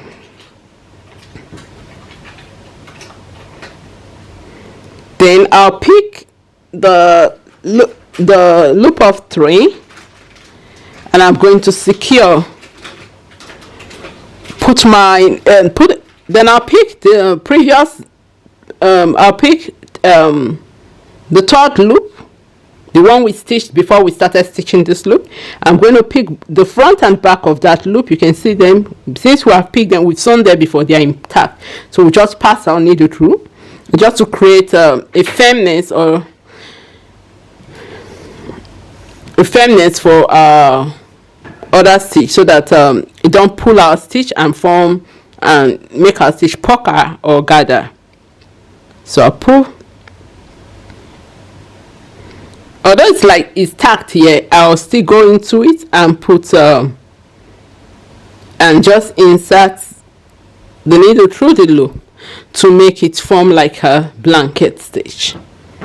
So you can do it out that one from the beginning. So you see the 9th edge, we are getting there. Okay, so we have, if we take a look, we are having, if I can just move to the bottom part. If I move to the bottom part, there's going to be a big gap here. So what I'll do is to pick loop from this one here and secure it. I'll do the same, just to put a fine edge and make sure that open is not giving me that wide mouth.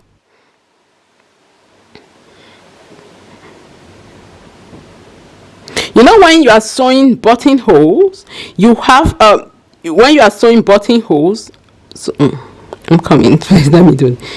So when you are sewing buttonholes, if it's using the buttonhole stitch on the sewing machine, when you do the first vertical stitch, you will have to do those horizontal stitch. So this is like those horizontal stitch you have to do to make sure that the buttonhole is secured, the area for the buttonhole is secured before you cut the slit. So we have this slit, these loops are both the vertical, and this part we are doing now, they are the horizontal stitch. Okay, so we have gotten that, and we'll come to this and pick this loop. We are now going towards the bottom, so I'm going to pick this loop, put it through, put my needle through,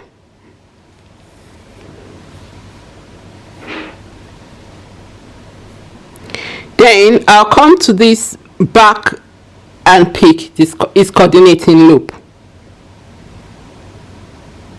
Oh, I've lost I will need to this one thing of dropping.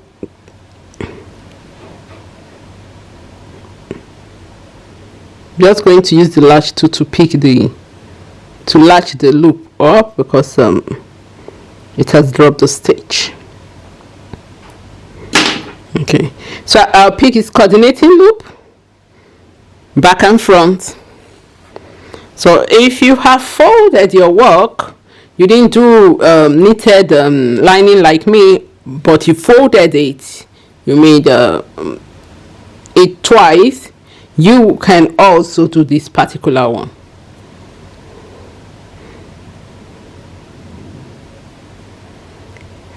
This particular buttonhole, we're going to repeat it for the, but we'll do it on the knitting machine, where we'll form it on the knitting machine. We are going to do it of, we didn't make a lining, but we did double of it. If you don't get a hang of it, I've repeated it in another project. I used this color of yarn. We did it for the background design. So if that video is up, you can watch it and see how I did the buttonhole for it. It's only that I didn't do it as a lining. I knitted this part twice, so I just continued the same color of yarn, folded it, and did the buttonhole. But we did it on the knitting machine, like how we do what I have done previous ones for cardigans and stuff, and that. So you can follow that one too. It's still the same process, only that this one is off the knitting machine. But that one is on the knitting machine.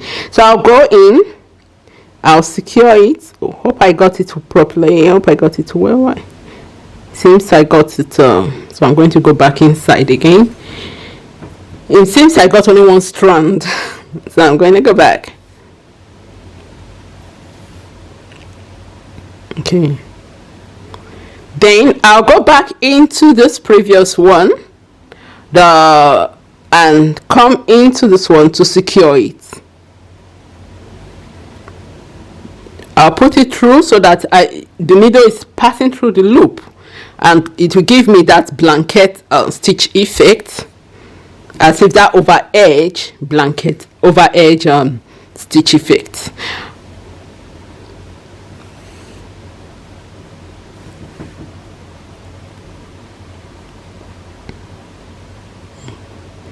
So I've done that. We're going to pick the second loop, since we are at the back and the tail of the yarn is at the back. Perfect. So I'll pick the second loop and look for its coordinating second loop in front, which is this. But I'm not going to trust it. I'm going to come over and check if it's the right loop, and indeed it's the right one, and you can see it over here. So I'll pass it through. Oh, it selected only one strand, so I'm going to make sure it selects both strands.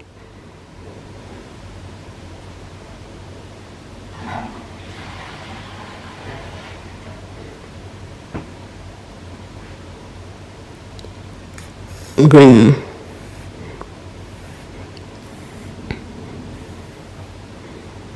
pull it through, then we'll go back into the first loop, and we are going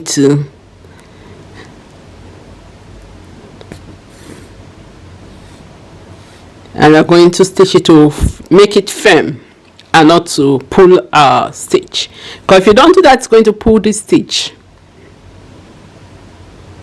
So since you can see the loop, before the loop goes, I'll come in and put the needle through so that it gives me, I have that nice blanket stitch that I said. So I won't be talking in the next one. I'll just be silent through and allow you to watch it as I do it.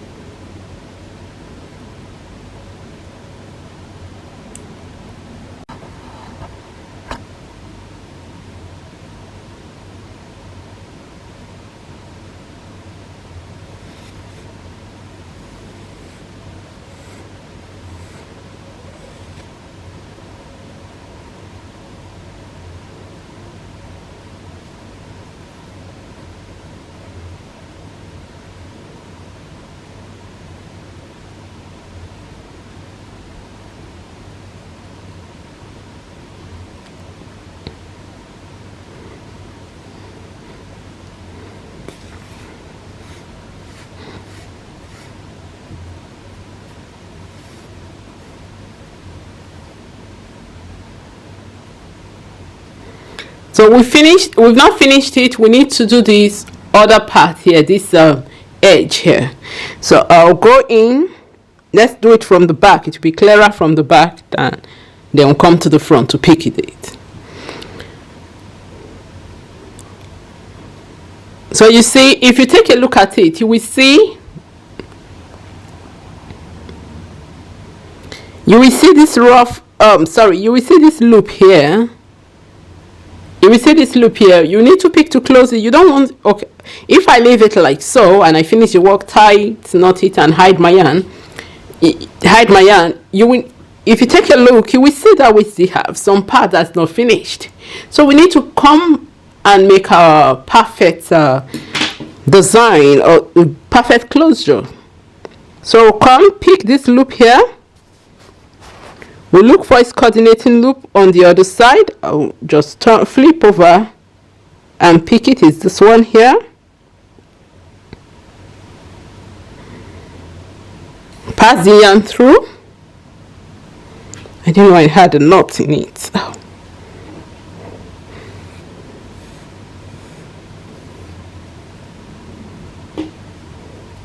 We take it into this last stitch here. You see, you can see the opening here when it does what we're closing. So we'll take it into the last stitch so that it gives us a perfect design, a perfect closure. So pass it through.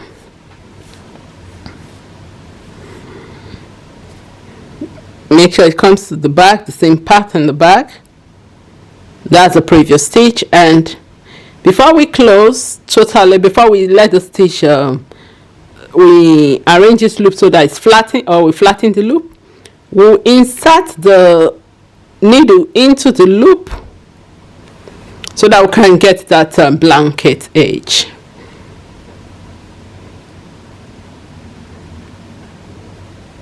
Now we've had compared this closure. We've not finished. We still need to do it upward a little so that it goes round. It has to go round. So compare this closure and the previous closure. You find out that this one is better because that one, it was halfway. Okay, so we take this other loop here. You see this loop, sorry, this loop here. You can see where the loop is, the previous one from the first one we did, the very first loop. So we're going to insert into it.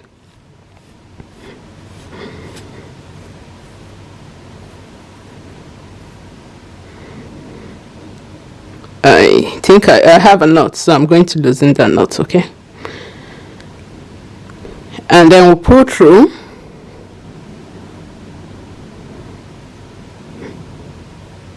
We've pulled it through two of them because they're together. Okay, I just want to know the direction so that, okay, then we'll put into the first, okay? And you take a look at the back, you see that we have we need to going to go this way. We will not put it through again. Come out.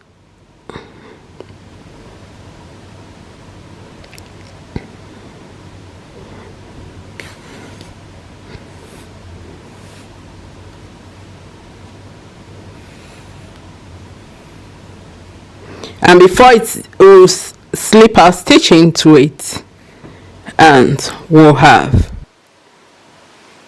I think I rushed this last one, so I'm going to do another one. So back into the very first where we tied our yarn, I'm just going to insert needle into it.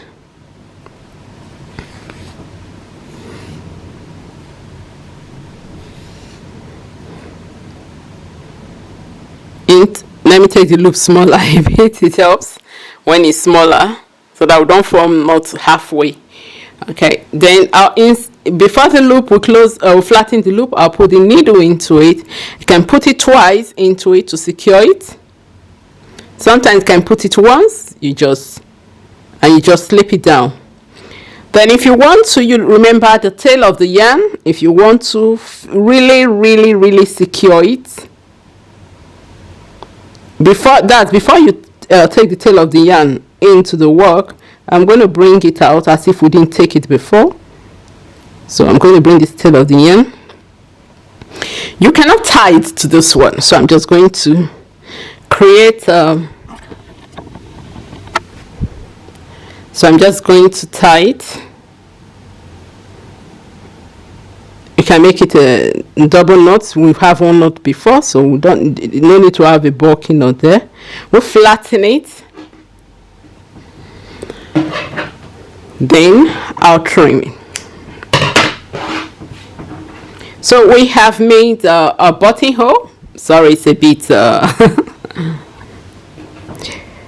okay.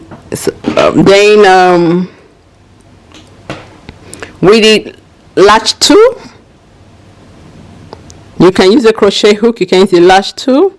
You just pull the tail of the yarn into the work, into the middle. Make sure it don't appear the front side, in the front. Okay, so I can now trim it when I finish, and it's going to be inside the work. Turning to the front, you find out we don't have the tail of the yarn there. So I'm going to make the other one.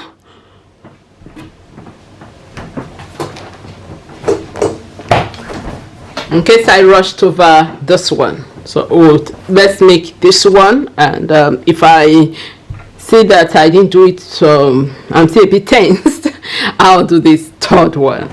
Okay.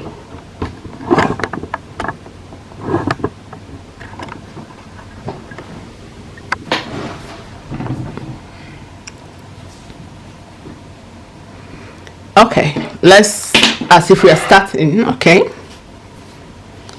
so taking our needle with our yarn, I'm still going to remove this one.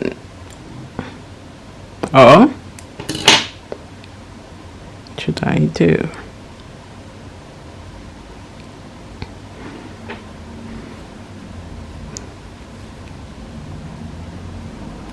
Okay, let me line it properly first, and we can take a look at it properly. So here's our needle. Oh, sorry. Here's our loop. This is the upper loop. This is the bottom loop. We have a loop here. We have a loop here. We have a loop here 2. We have a loop here 3. We have a loop here 4, and we have another kind of it's not a loop. It's kind of a loop, because the ravel cord is hanging on it. So anywhere the ravel cord is hanging, we need to stitch those ones in place. So up is looking as if we have 5 loops, but when you take a look at it, it will look like 3 loops and 2 extra loops. That is 2 extra loops. You have 3 main loops. But indeed, it is 4 loop and an extra one here. Okay, so we have 1 2 3 4 pronounced at the bottom. So let me, if I put my fingers in to push them out, you will see that we have 1 2 3 4 at the bottom pronounced, and on top we have 3 main ones pronounced, and we have here and here where the ravel cord is. In case that was too hot for your eyes because of the color of the yarn, here it is again with the lining part of the yarn, because we are sewing both of them together, and you notice you have 3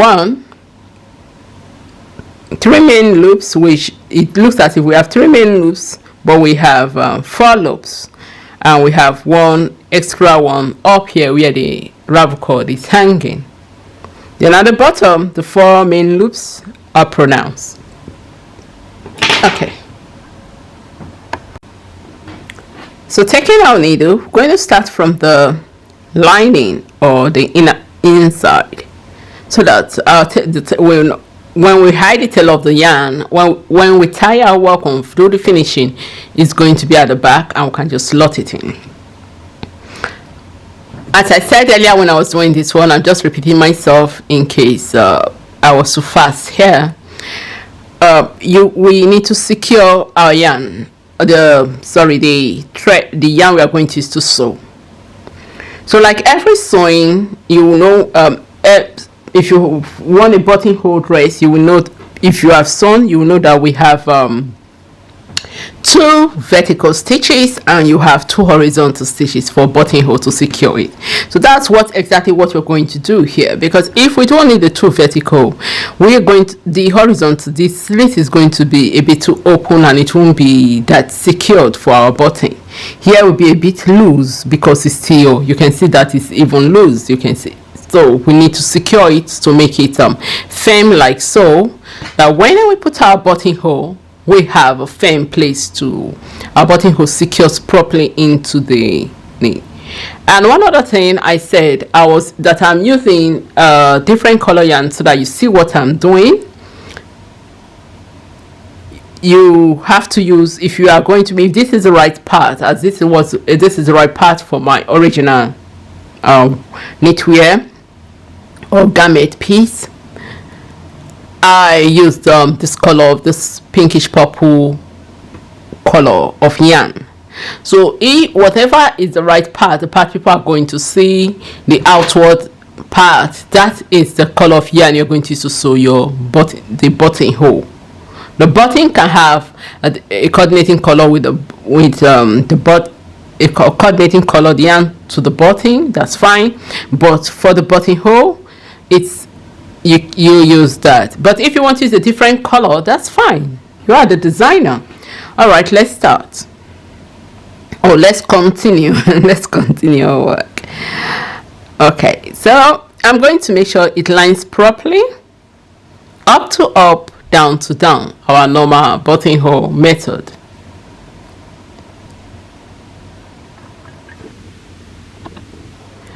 So I'm going to go to this first part, this place that is as if at the bottom. Let's start from the bottom this time around. So I'm going to come here and I'll just look for a place to, okay, this place looks nice, to just insert my needle into. We will close it when we are working. So I'll just pull it through and I'll just secure my yarn in there. We'll leave a large tail of yarn and then I'll just tie it there. So that will work. Our yarn, when we pull our needle through or loops, our needle don't come out of the full things we have done, don't come out of the work. That's what we're sewing. Our stitch don't come out. So I'm just going to, we'll leave this one first. Let's start with this first one, then we'll come and we'll close it. We'll make our closure here. So if we are starting from here, we'll end back here. Take this first loop. I'm going to leave it in place so that in between I don't start using the tapestry needle, the latch tool, to pick loops and put it in place. It's very distracting. So I'll leave it in place the way you are supposed to leave it and do your work. Okay. So up to up, down to down. Remember the slate. Okay. But we'll be flipping our work from back to front so that we'll make sure we pick the right loop.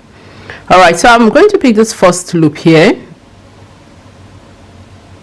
This is the first loop. I'm going to pick it.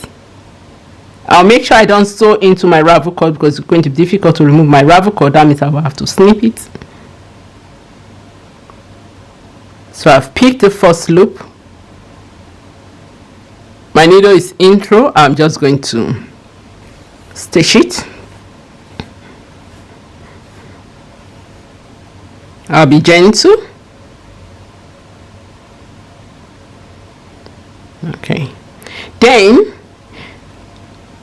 the hole, I'm just going to go into the hole to look to, so that my needle, pass the needle into the hole so that I come out at the other side, because I'm going to find the coordinating loop for the front. So, and the coordinating loop, okay, we're working. I will have to make sure it lines properly so that I know. Okay. Oh, sorry. So that's it. You all make sure it lines properly. If not, you will be sewing and closing the part. So this is a coordinating loop in front, and I'm just going to insert my needle into it, making sure I don't sew into the ravel cord.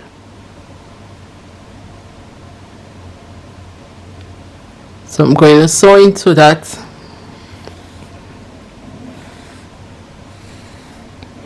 That's you pick the stitch at the back, and it's coordinating front loop, the front stitch too, or the loop at the back and the loop in front. So I've picked it, but if I go straight into the second one, I'm going to make the stitch is going to pull into the second one and leave a hole here.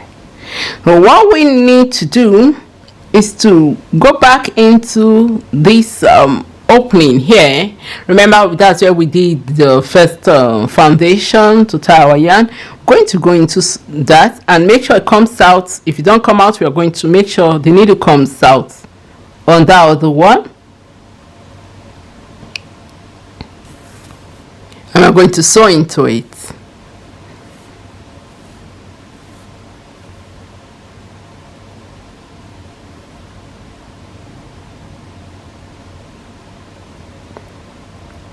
So we have a nice foundation there.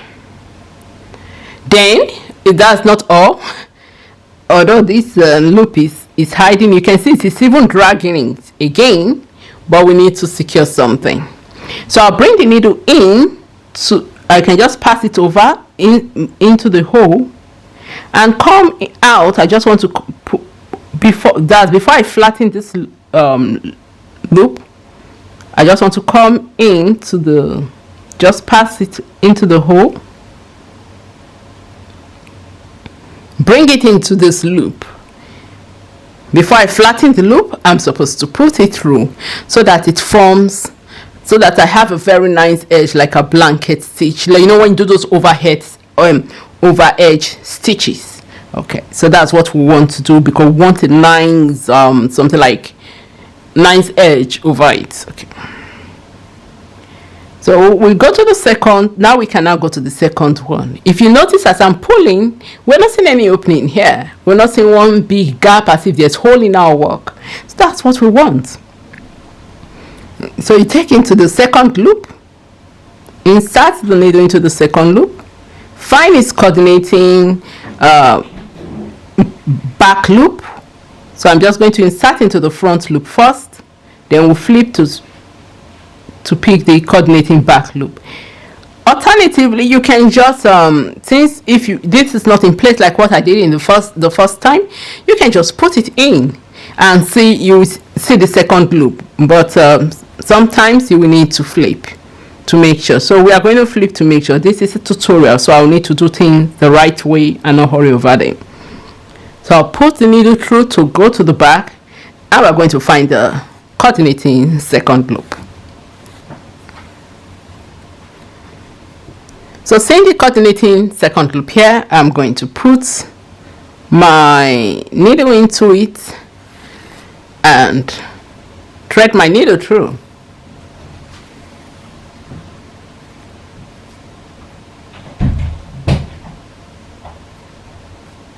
Then I'm going to secure it properly. I'm going to put this tail of the yarn, I'm going to take it into the work first. We'll bring it out when we want to do the finishing, because I don't want it coming, it's getting in the way, and I don't want you confusing it for the one I'm working with. So I'm just going to pull it and pull it out of the work so that we work with what we are using. Okay. So now we've done the second one. I'm going to go back into the first one, because if I you say there's going to be hole in it, it's going to look as if there's hole in our work. It's not neat. It's not continuous. So we want that continuous effect with a very nice over edge. So I'm going to go into the first loop that we did, the first loop, and look for its coordinating. But if you just take a look, you'll see both of them because you've sewn into them before. So we're going to sew into them straight ahead, come out on the other side,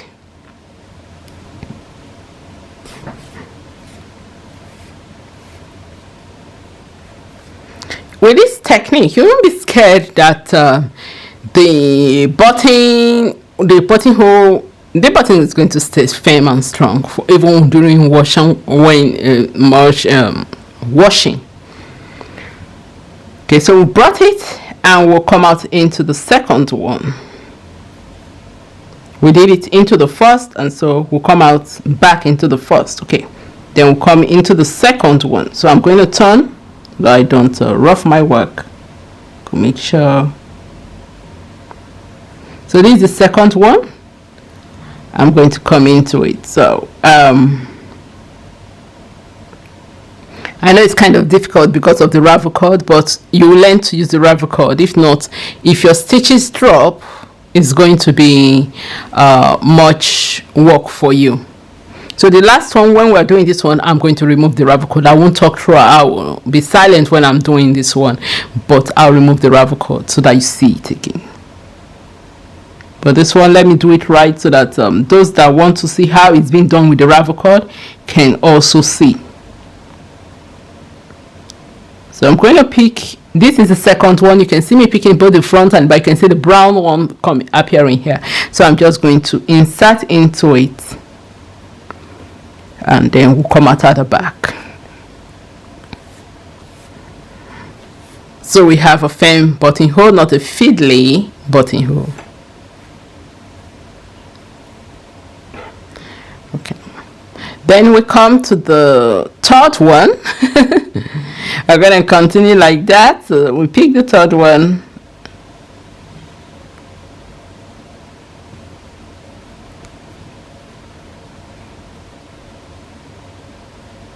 So I'm going to pick, if I bend like this, you will see, I can see the third stitch. So I'm going to pick it too, like so. There's the third one. I'm going to pick it, and I'm going to, I can work from the back.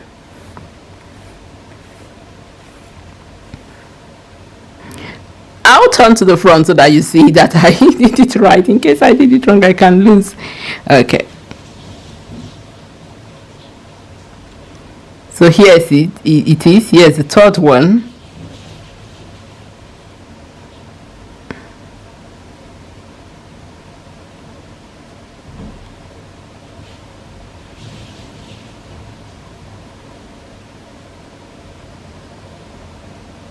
So go back into the second to secure it.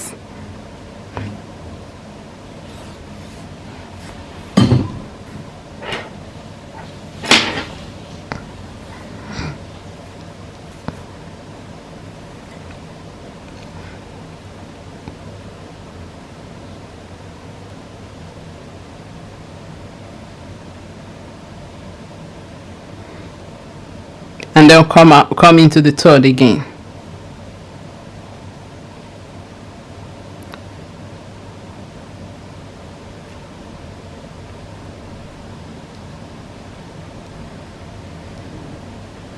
So I'm just going to turn to the back so that we come out properly.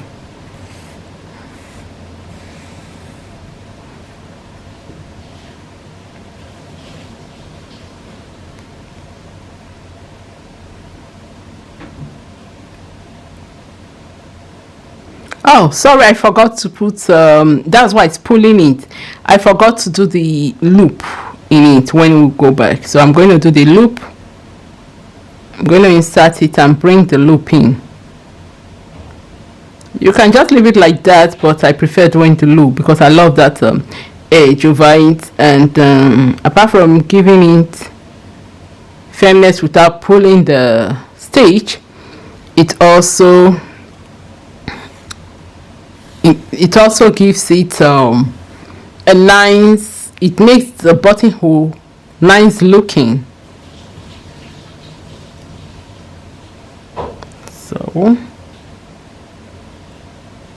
So let's go back into, so now we're going to the fourth one. So I'm going to go into the fourth one now.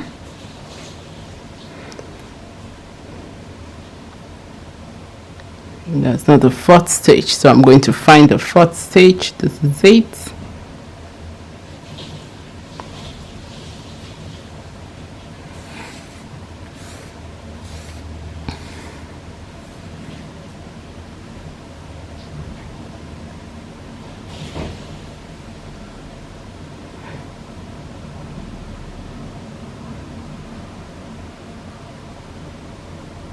So since I've gone to the fourth one, I'm going back into the third one, and I'm bringing it out and allowing it to come out in the loop.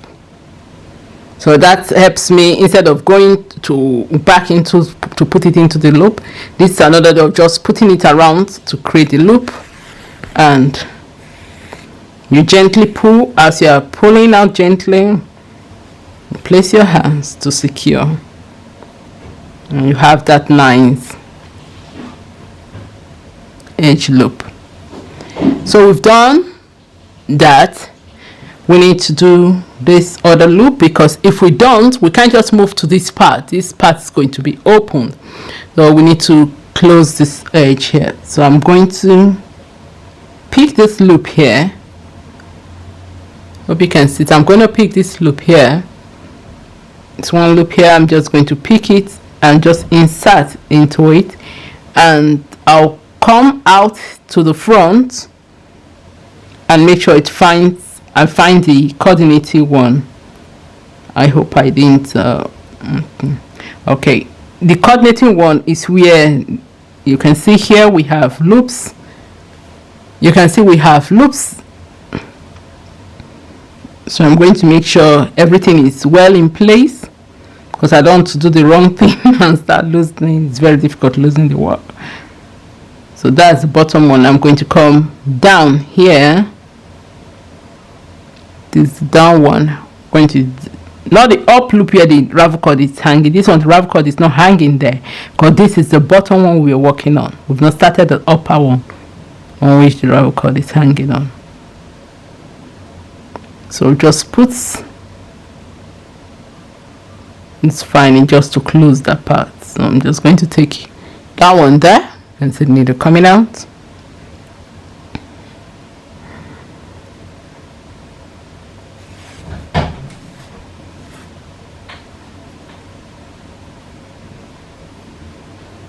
I have a knot in my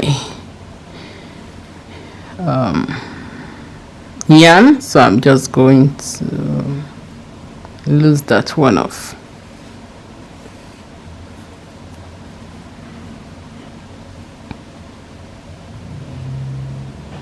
So go back into the last stitch there and come back into the loop just to secure it. Then I'm going to just put, you see what I did now, going back into the last stitch. You can see both the front and the back stitch. I'm going through it and coming out through that path where the stitches, and I'm just going to put this outside just to secure it.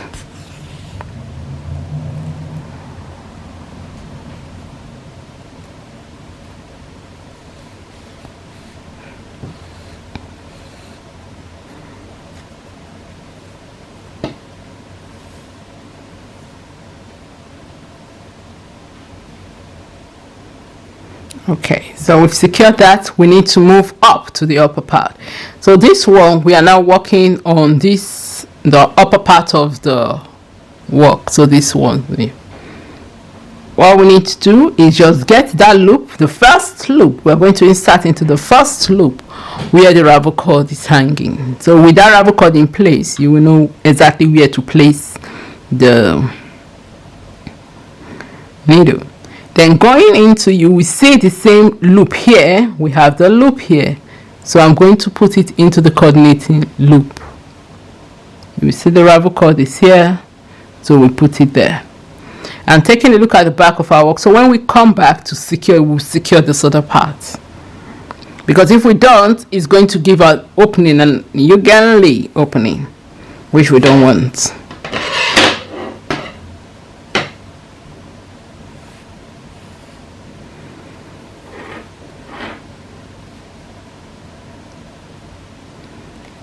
So then we come back into that our loop there, we secure it. I'm just pushing from the, we are doing from the back and front, so I'm just pushing. So, and I'll put my yarn over so that it's in the loop. I don't need to go in and start doing last minute loops back. Okay, I mean, the ravel cord is in the way, so I'm just going to push this ravel cord away first. Okay, and put it into the loop of that one, and I'll make sure, let me see it in front, that is nice. And now it's in the wrong part in front. Okay, so what I'll do, don't mind the revo code. What I'll do is that I'll put it first from the back into the loop of the back, and I'll come tilt it to the front. I'll flip to the front and find the part to make sure it's in the exact part in front. Okay, yeah, it's in the exact part in front, and I'll pull through this but you can do everything from the back, and I'll put it back into the loop from the front, and I'll make sure it comes out from the back loop. Okay, this is the loop, you can see it here, so I'll just put it through. As I'm putting it through, I'll just come back to this loop, this in, and put and secure it in here. You can do everything at once, like what I wanted to do previously, or you can come back and just put it just to create the even distance. So now we come to we have to continue our loop here. So I'll take this loop, this is its coordinating loop, they're in place, but I'll just still go back into it to check that it's the right one.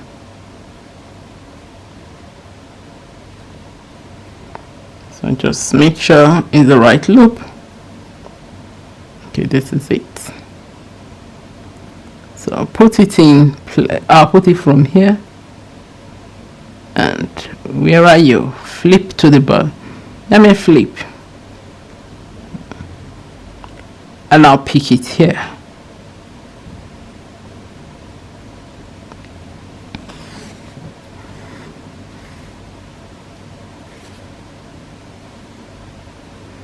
So then we'll go back into the previous one we did just to secure it, and you can see that I made sure that the needle is coming out into the first one. If you can just do only the first this thing, then you come back, you make sure you do it into the second one, but you can do both of them together if you are very good in sewing. So then it will be as if the needle come in between, so it's already like it's automatically wrapped. So you have that nice edge, the blanket edge we're having, because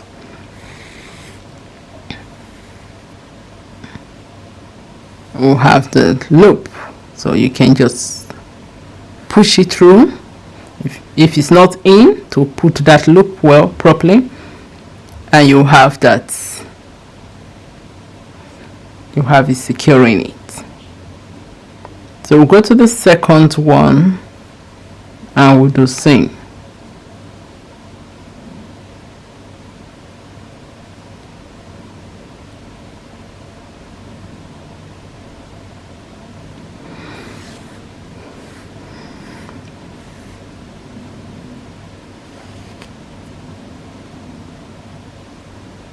So we'll go to the front first, and the first and second, we'll do it together. Okay, I'm doing the right one. Okay, that's the last third one. So just wrap it in so that I don't need to. So we'll go to the previous and the other one together.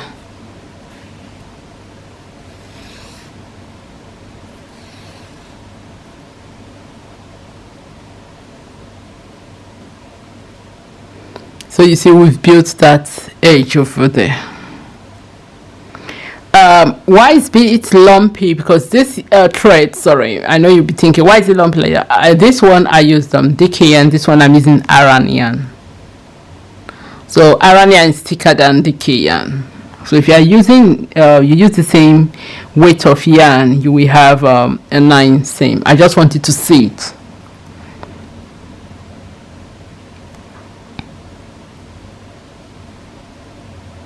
Okay, so we go now into the last the third loop up. Yeah, that's a fourth loop. So you can see it from here. You can just see the back and the front loop together. Just going to go into them together. Then we come to secure them into the third loop, of which I'll just do the automatic wrap off.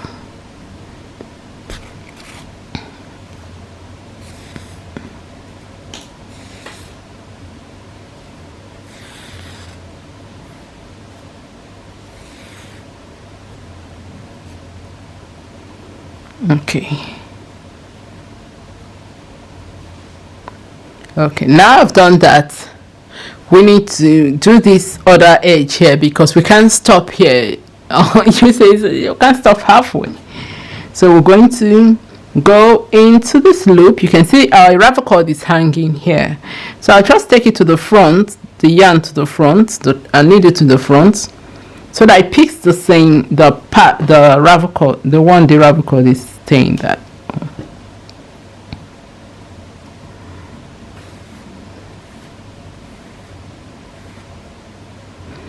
So I'm going to pick that one, which is this one here. I know it's now a bit okay, before I do that, let me take the ravel cord out. Let's see, I won't take all the ravel cords. We have to remember the ravel cord is here, so I have to remember that one. So let me take this black one out. I'm sewn into it.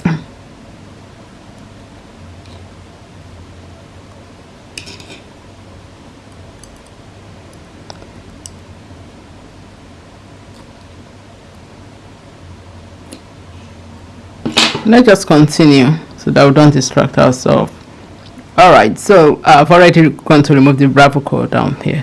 So we have a ravel cord here that's still in place here. Just see that everything. So we have a stitch in this one already. This is the one, this last part, you can see the ravel cord is still in here. You can see the last part, the ravel cord is still there. So I'm just going to insert this and stitch through needle through it from the back. That's because I already know where the back one is. I'm just going to insert it through it, exactly where the ravel cord passes. I'm just going to put it through front to back and do it from front to back, and I'll pick the back one where it's supposed to be. So this is where it is from the back, and I'm just going to pick that one.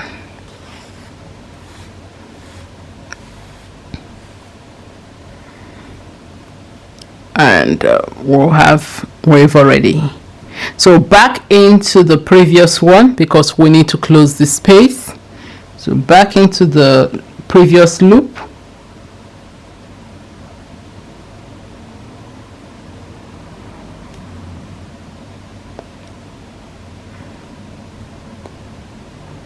Oh, I came out in a ravel cord, so I'm just going to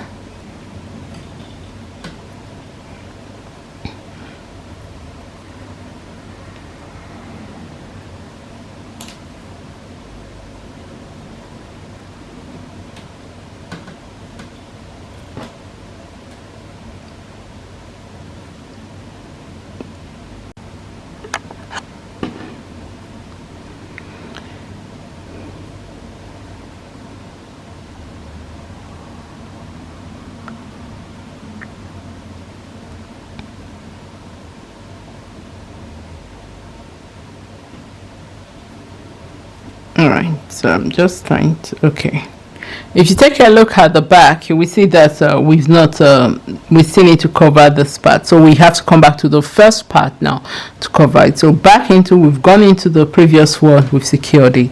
So now we need to go back into the loop again to secure it firmly. So I'm going to turn my work. and bring it out.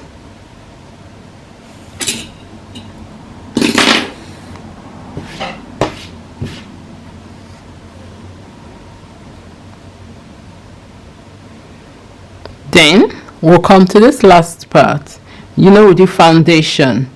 So we're going to come into it, and we can just come circle, wrap the yarn around the needle.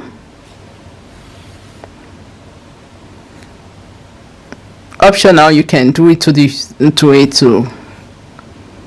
secure it first before wrapping.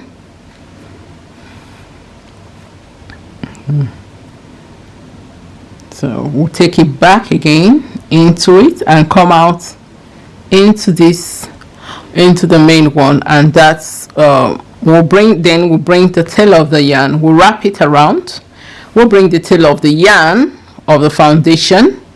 I hid it before so that I don't come out in the way. If not, I'll be. So I'm going to bring the tail of the yarn out.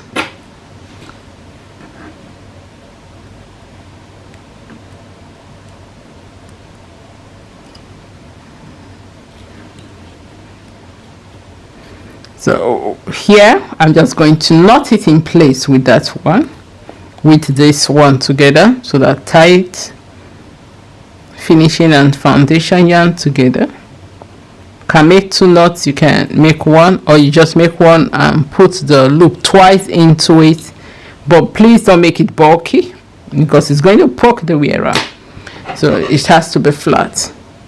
Then you trim with the latch tool. Make sure it's in the middle of the work. You just insert. Oh wait, I think it came out wrong place. Okay, so with the latch tool, we just take the yarn and hide it in the work. Any excess is saying I'm gonna trim it out. And if you take a look, it's not in front. It's not in front, you have it here, it's not at the back, it's inside the work. So here we have it. So I'll just lose this one quickly before we start, so that we see if we made any error. I'll rectify it in the next one.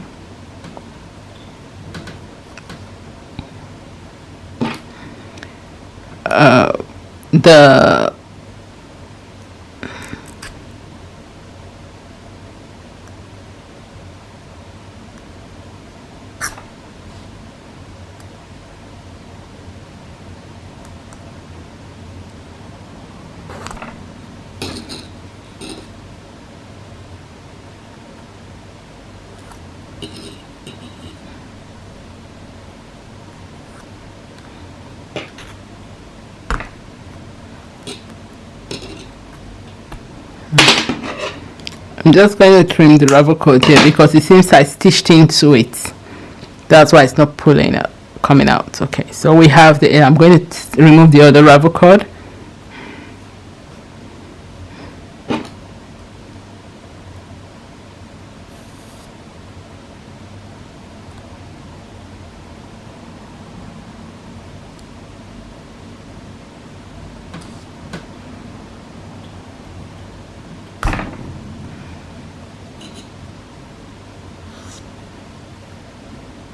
I hope I didn't stitch and close to, because that's going to be bad for me.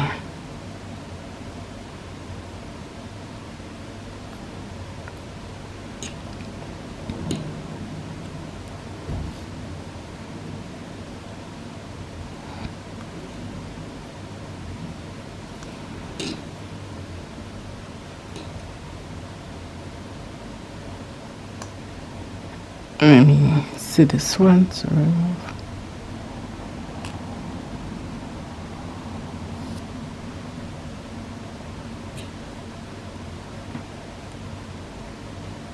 Oh, I stitched into this one, so I'm just going to be careful so that I don't cut my work.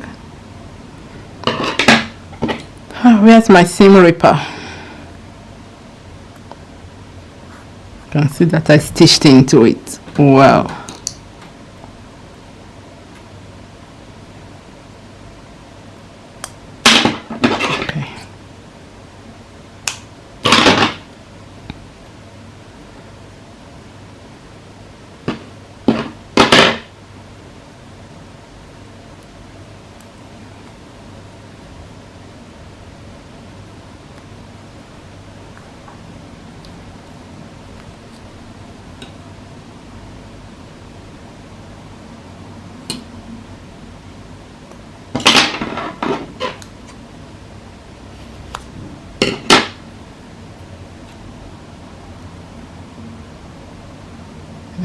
stitched into this one too, so I'm just going to make sure I snip it.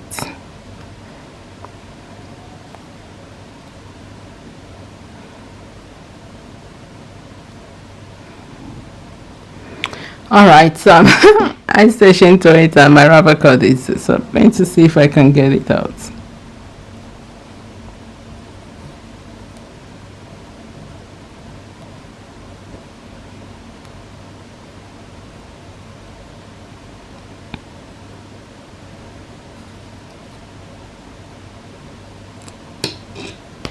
Okay, I've gotten it out. All right, so we have our buttonhole. So this is going to be, if you take time, you're not rushing like me, trying to make sure it's going to be very neat and tidy. You see the one I did for the gown is going to be very neat and tidy.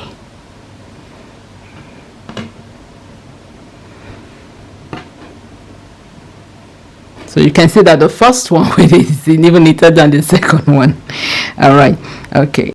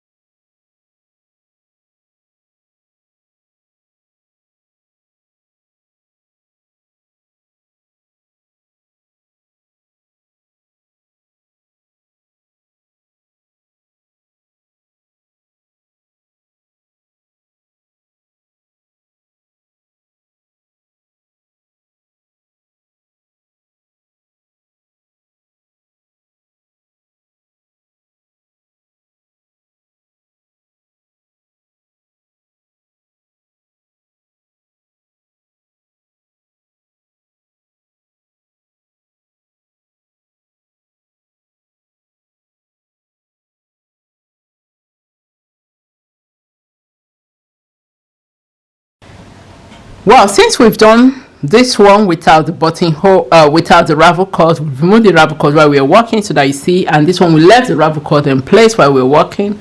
I know you would have, if you are not able to pick what we did here, I'm not going to do this one so that the video is not that long, because it's already more than 3 hours, so there's no need making it longer. One other thing is that if you don't see it in this video, you can't get a hang of it in this video. I did it, I'm just going to repeat myself, I did it in another video where we use this yarn is the background design. We use this color, this aqua yarn. It's a background design, and in the background design I just continued it as a piece. We folded it and we did it on the knitting machine. That will even be easier for someone to do, so you can do that one, because knitting sideways, you now do it on the knitting machine instead of doing different pieces like this. So you can just do it and still have it in place. So you have that one. You can watch that video if it's not up now, because I did it after I have done this one. And when I was editing, that was when I discovered that my hands were not appearing while I was demonstrating the buttonhole. So I have to come back and redo this video, this particular part. That's why you see it as a swatch instead of the full knitwear now. And if you look at the up video, the insect in the video, you will see the full knitwear where I was working on it. So if you watch the background is going to be up and running. So if you are watching this in late time, after some just check to see if the background on is already up and running. But if it's not up and running, you can use the one I've done for other cardigans. It's still the same, but this particular one of doing separate one, I didn't do it for that one. But this is that we just, those ones we just continued and we just did the buttonhole there. So following the background on is you'll be able to do this. Just sim it on the knitting machine, the buttonhole on the knitting machine. All right, so I will stop here, and the other part of the video can play where we do the finishing of the knitwear, so the buttons, and we'll continue. Thank you.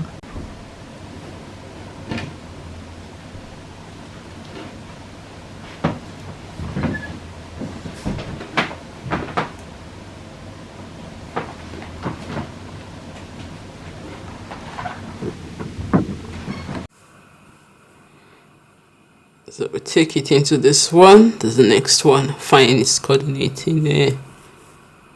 Okay, there's 4. Okay, so let me find its brown. Okay, this one already have. Okay, so this is it here.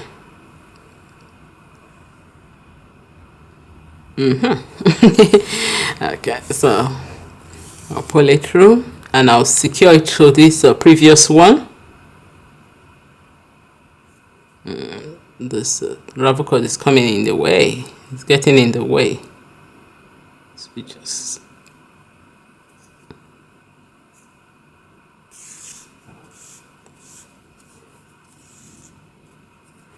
and then we take it back into the one we did just now.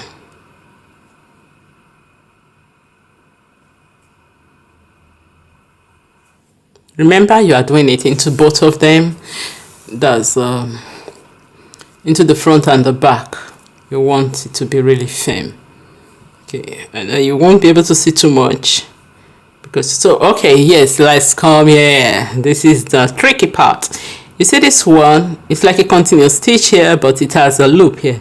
So this is the first anchor. That was what I was trying to do, because you didn't notice it, because when I loosed the ravel cord, you know, when I lose the ravel cord for this first one, you won't notice it. But now that the ravel cord is in place for this other one and we are working, you are seeing it. That anywhere the ravel cord passes, that is where you have to make sure that you stitch that part in place. If not, your buttonhole or your stitches, your loops will not be secured. I'm going to cut this ravel cord from there. It's taking I went to stitch a little into the ravel cord. That's why. So I'm going to go back into the previous. Okay, and just stitch it in, because I need to bring it the stitch back to the right into this anchor. Okay, so from the anchor, I've done the anchor. It seems I did this part twice. Okay, so we have now finished the bottom. We need to work on the upper part. So let me find the ravel cord for this side. So we have the other 4 ravel cord, but moving from this part just to this one, it's not going to make this slight curve here 9. So we need to find, I'm taking this one as my anchor for there, for that part, and since it's on the pink side, I have to work from the front too for that. So I'm going to find an anchor there. Okay, so we're working down. Don't confuse myself. I'll go over there. So I'm going to take this anchor here. Can take this one first because I don't want my stitch to be long. You can just walk it through a little. Make sure that I'll just find the browns.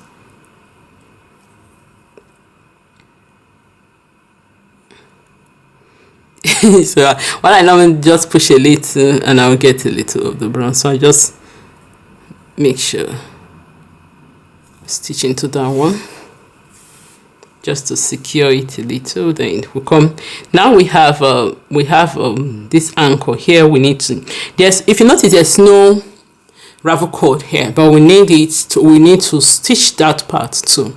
Why we need to stitch it is because, as I said earlier, there's a curved large mouth and we need it firm and proper. So I've just passed through that one and pick it here. This is the one here, so just to secure it. and to make sure our loop is not dragging and pulling other stitches. So we just put it through, still the same part. Good. Okay, now we are working on the bottom now. So this is my first loop.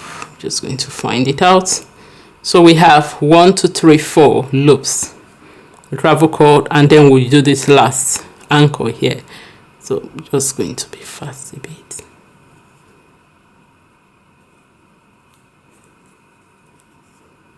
All right, let me the threads, the yarns are getting too much, or the threads, the loose yarn and thread, they're getting too much. So I'm just going to hide this one inside the, down it in.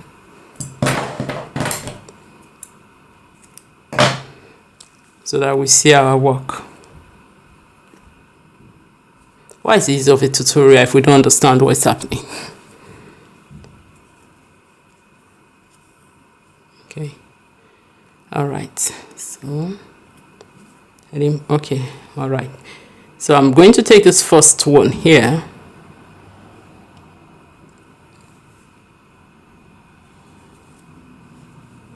We have 1 2 3 4. 1 2 3 4. So I'm going to take this first one here and just pass it through. Then look for its brown coordinating loop, and which is this first one here. You can see the ravel cord passing through. I'll just pass on through.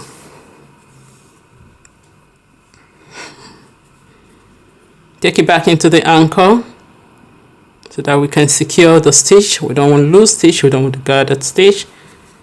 And I'll make sure it comes, it's not going down, it's going to come forward.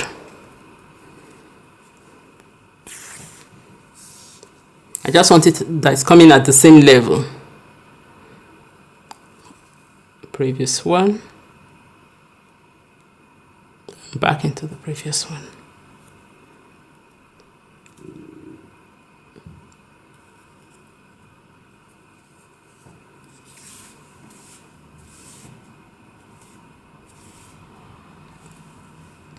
Okay, so now because we are at the back, we'll take from the second here. So we'll bring it, our yarn into the second, and we'll take it in here. Then that gap again, you can see the gap. If I just go, there will be a gap here. So that's the gap we need to secure by going in and out of the other one. So I'll just go back into the first one, the previous one.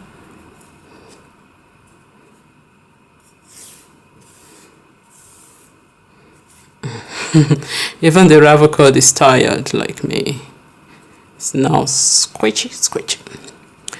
Right, so back into the second one, the second loop and everything. We're just going to back to reinforce it, and so that will go closer to the third, to the next stitch. So okay, no, it's not in the right one. Okay, it's in the right one, sorry.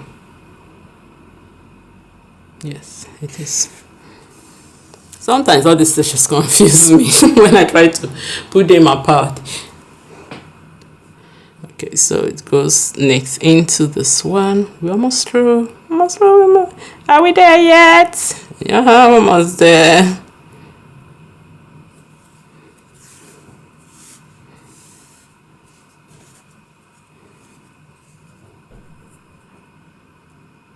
So since I'm talking, just being free, gisting and talking and doing it, although it's kind of tiring for me, but I'm feeling a little bit of ease doing it. It's not that tedious like when I thought it was going to be more stressful for me, because I'm just gisting and taking it as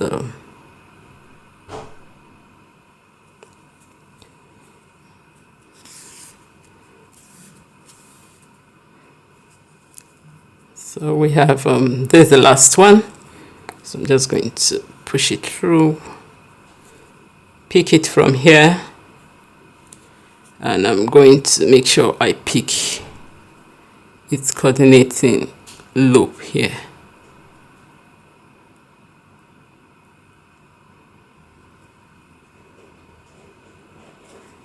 Okay, I was able to pick it. So we go into the previous one. You can see how messy it is now. It's like a little mess fairy. Oh, I have a loop. What happened? Okay. No. Okay, it's from this side. Don't want any loop. So now we go to the last one. I think that's it. Yes, we've done. Oh, okay. We go back into the fourth one back again,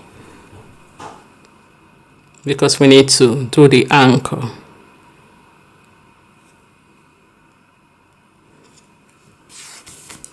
Oh, sorry about that.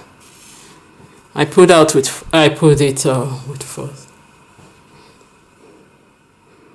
and then the anchor. We just find. I like this one here, so we use this first one here we have, and I'm just going to come back into it.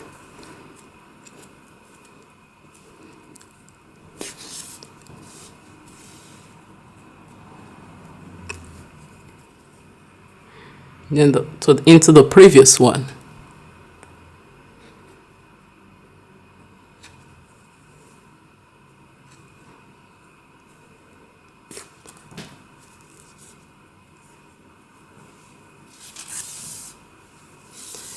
If there's a tip you can do, you just I'll say work on a rough one first, or so.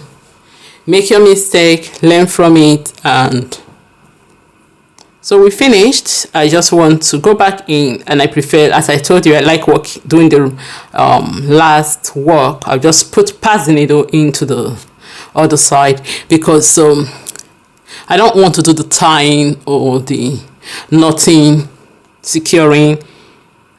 Oh, I came in. Yeah. Ravel cord got in the way. Okay. I'll prefer doing the other work at the back. So just going to pass it through.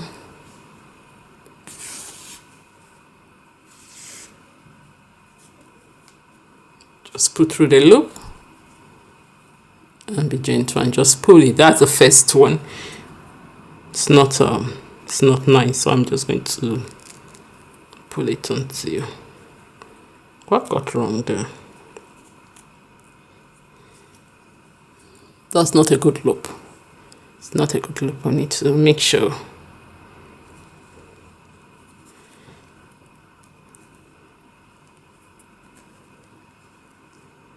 It's not going to make my work tidy, so I'm going to make sure. What? Okay.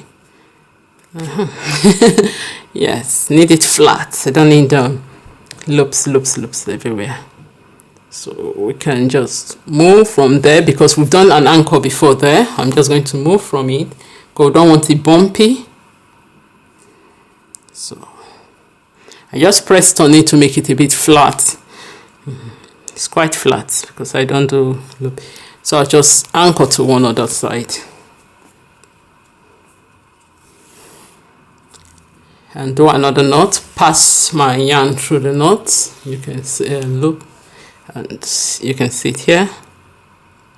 It's a loop, and we just secure there. So as usual, we take I'll separate it, and I'll just do it because I find that it's easier to do like that. So just put the needle through. Make sure it's not appearing at the back, that the needle is in the middle of the work.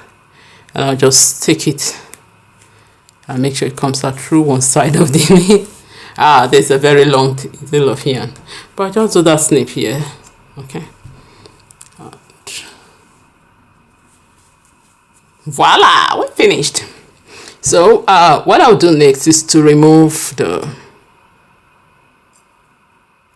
ravel cord. I'll quickly do that. I don't have that. You can pull them out, but I don't have that. You see, you put them one after the other. I'm just going to snip them.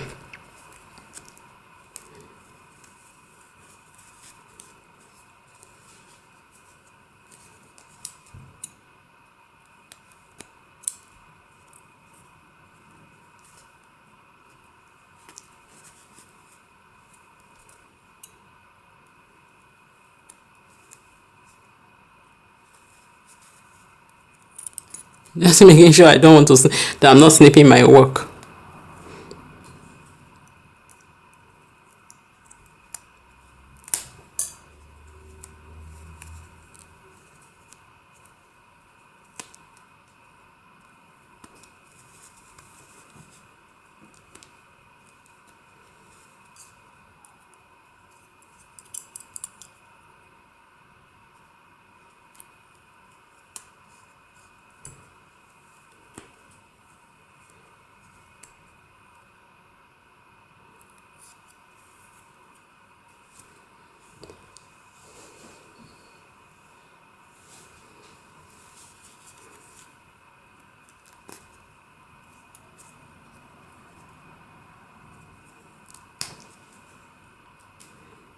I've been able to pull that one out.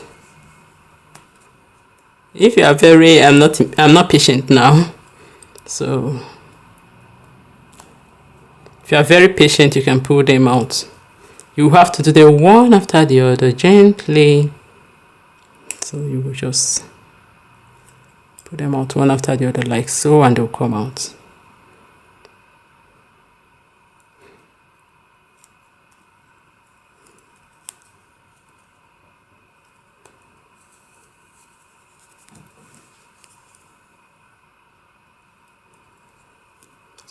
So you say you put them, they will come. I think I'll do that one later on. Not now. I've done a lot now. So next the next thing we're going to do is the button. I'll just stitch one, and then the next time you see me, I'll be modeling the jumper. So I'll be using we measured the button before, and that's what I'll be using a lot of time to. I'm going to use it, which you're going to place it there. And if you remember, it's an asymmetrical jacket, and it's going to be off on the neck to the other side of the neck, and we'll have it like so we need. I'll have to change the yarn used for the buttonhole. It's not going to be that. I'll remove this one. So we'll have to change the yarn for the buttonhole that we use for the buttonhole. It's not going to be this color that you use to stitch the. You can use yellow because it's going to appear under this. You can still use the same color if you want to, but I prefer to use the yellow to stitch it. The buttons will be stitched on this side. So when you place it over, when you place it, you're going to button your stitch is going to come out. But before you sew the button, you know, I do put that technique out always when I'm doing my button. I say pin your work, the side height is going to be, then pin, put your button over the buttonhole, and we're going to sew from there into the other side so that it fits properly. You don't want to sew your buttons and then find out that it's not matching properly. So when you line your buttonhole first, you work on your buttonhole first. That is it. Not the buttons first. The buttonholes first. You work on the buttonholes. Then you place your button over the part of the buttonhole. You make sure everything lines properly. Then so let me get the yarn and we'll do the work. Okay, it's time for us to sew our buttons. We're going to work from the. We just place the buttons in front first. Let me take the upper one. Let me start from the up. Okay, let me secure that one in.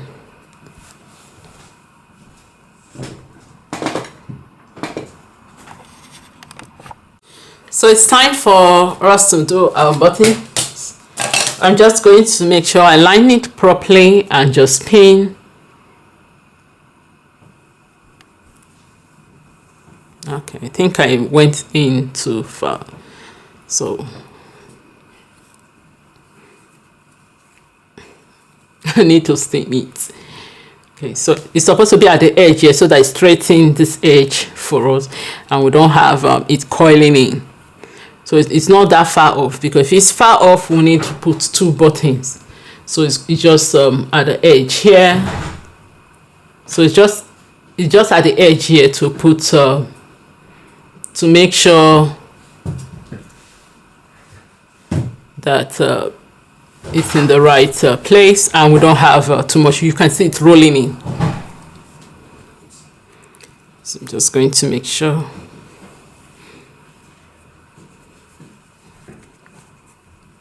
Because I did it so that it helps to straighten the edge and not we have flow. Because imagine if we do it here and we don't have another button here this is going to start bending in, and you will need okay, sorry, imagine if we have it here or something here and we don't the buttons, you put a button here and you don't have another one here with another buttonhole to help, or you don't have a tie that maybe you are using to tie something or to secure it from inside. Your work is going to be coiling in this edge is going to start coiling. Even when you wash it, it's still going to start folding in, because the stress of this buttonhole and this, remember, this side is going to be too large of a space. So that's why when we were designing, I made sure it's just at the edge here. So that's the technique. So we're just going to do the second one since we know it's at the edge. So we're just going to make sure it's there. So I like working on the first or the bottom one first, but since it's an asymmetrical design, the buttons don't really have there are some. There's the buttonhole side is longer than the button side. So to make sure that we are doing it right, I'm going to start it from the top this time around. That's because it's an asymmetrical design. So placing the button in just on top, this is where the button is going to be on, but to make sure it matches properly and that we don't have any irregularities, I'll place the buttonhole band over where I want the button to be, so that I have the perfect spot for the button, and I'll place the button on top because I don't want to then you see that it's not lined properly. So then from the back, working from the back, I'm just going to turn it from inside. I'm going to put the yarn in, the needle. I've already threaded it with the coordinating yarn to the button. I'm going to just pass it and make sure it comes out from the button. Okay, then it has to have a long tail of yarn, so I've just tried to make sure that it's not stitching. Okay, see, now it's stitching on the buttonhole. Let me bring it. It's stitching on the buttonhole. Let me remove the button so that you see it's stitching on the buttonhole, which is wrong. It's not supposed to stitch, it's supposed to stitch in between these holes. So that's what we are trying to get. So I'll go back again, remove the yarn. That's why you don't need to put it through before you check. You just need only the needle in. So I'm going to put it on.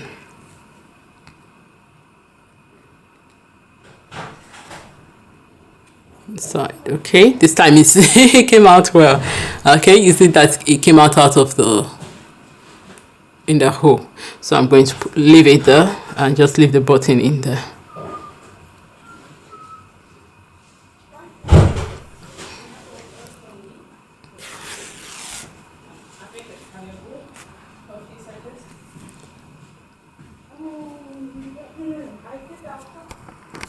So we've just pulled through, you can see. So the next that I'm going to put on the second side, and just take a look and make sure this. No, make sure. Take a peek. I know you can't really see it like that, so I'll bring the button up a little so that you see that okay, it still is in the hole. And then I'll pass it to the other side. I just want to make sure that I'm not stitching anything shouldn't be stitching.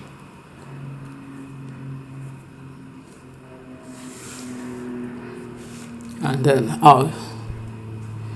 then I'll remove it from the buttonhole, and we have our button in place. Also note when I place the button, I place it the buttonholes are on the side like so. If you place it vertically, make sure you note that too, the way you place your buttonhole. So I'm just going to stitch into it. Go to the back, stitch one more time into it. Its yarn is heavy, yarn is thick. I'm using double knit yarn as usual, so I'm going to just make sure I'm not doing lots of stitching in. So this two is enough for me, and I'm just going to tie it at the end or so. You can have a better method of doing that or so, but I just prefer doing this one. Then I'll cut the yarn with if you have a crochet hook, you can use it. If you have tapestry, a large 2, you can use it. So with the large 2, we're just going to go in and I know you asked why didn't I use a brown yarn since the inner part is brown. As I said, the button determines the color I'll use because I want the color to appear here. So if I use a brown button, I'll make sure I can use a brown button because there's a brown this clip neck band next to this one. And what the main thing is that the buttons I have a lot of yellow buttons, yellow button more than brown buttons. So that's why I use the yellow buttons, that more than the tan buttons. Tan colored buttons. So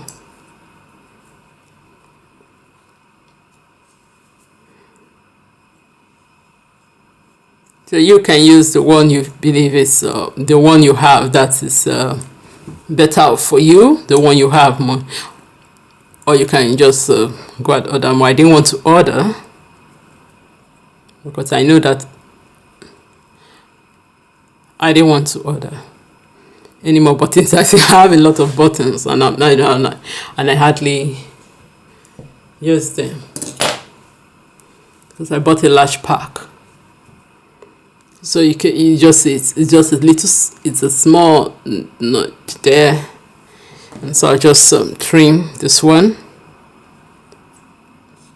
And we'll have a little, just manage there.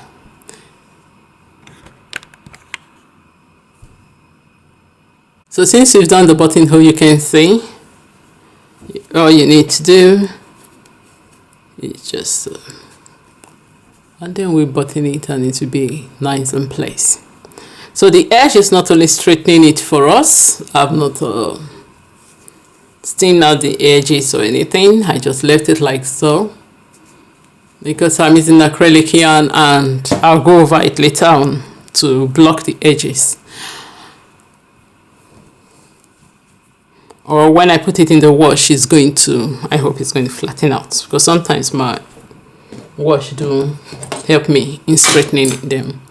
So since we've done that, you can see it not only help us it's going to help us to straighten the edge more and make it nice. So then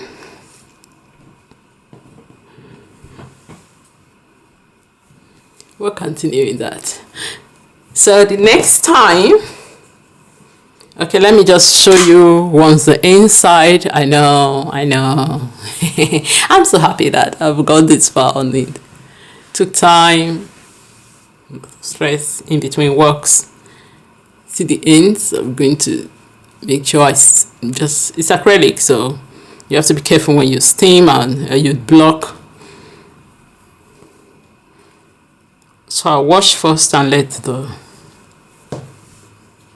then a little tumble dry the setting that has been stated on the yarn, and we'll have it on the illustration so you can see that the inside is neat.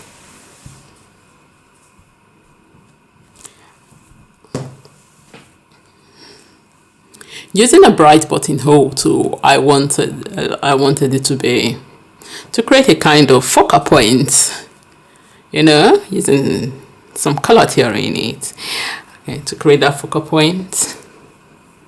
And it's the color I had, don't want to order much.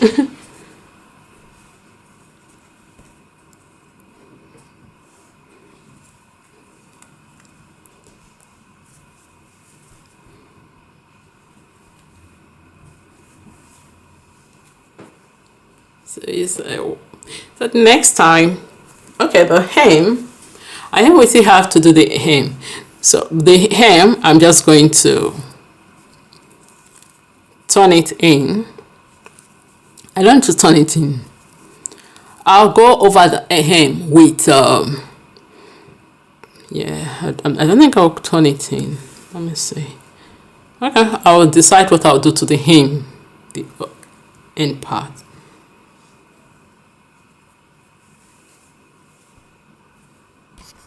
Okay, you can remember that I was doing the hem, we're turning it into, then you leave a small you will leave a small hole in between where you turn it, you stitch it.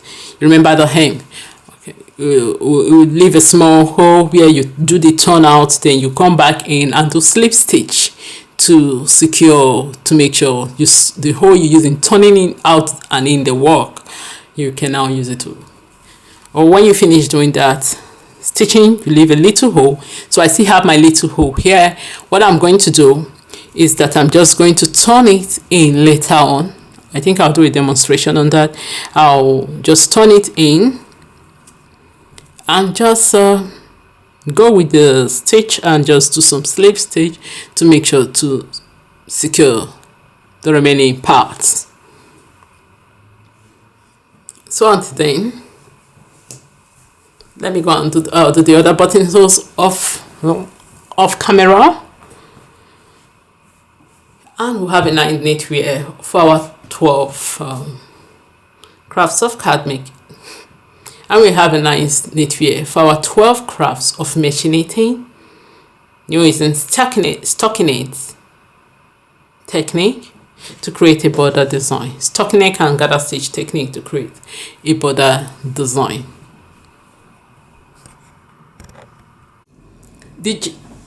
If you notice, this is the inner part of the jacket, and you can see how neat it is. That is because I used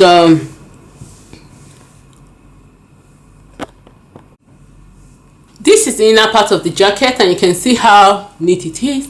And you can see a little hole here which I left. It was used for the turning out of the stitch design, for the seams, so that the seam edges are inside while we have a neat edge outside. That's because I did lining over them. And if you're used to sewing jackets, this is how suit jacket, or you're using sewing blazers or so that's how it's being sewn. A little thing is that a little tip is that when you are making your knitwear, please make sure you don't leave it too long on the knitting machine because it stretches. This is what happened to this side, and although they are the same stitches, I left it on the knitting machine for a month plus due to some issues which I was not able to do some knitting for a period of time, and that really stretched it. And even the other side that I did in a day, because I left it in a month, it stretched. So you can see that it's really not lining up, but they are the same stitches, so that's no problem. I can stay, just stretch the other side out and line it up. But this hole here is used to turn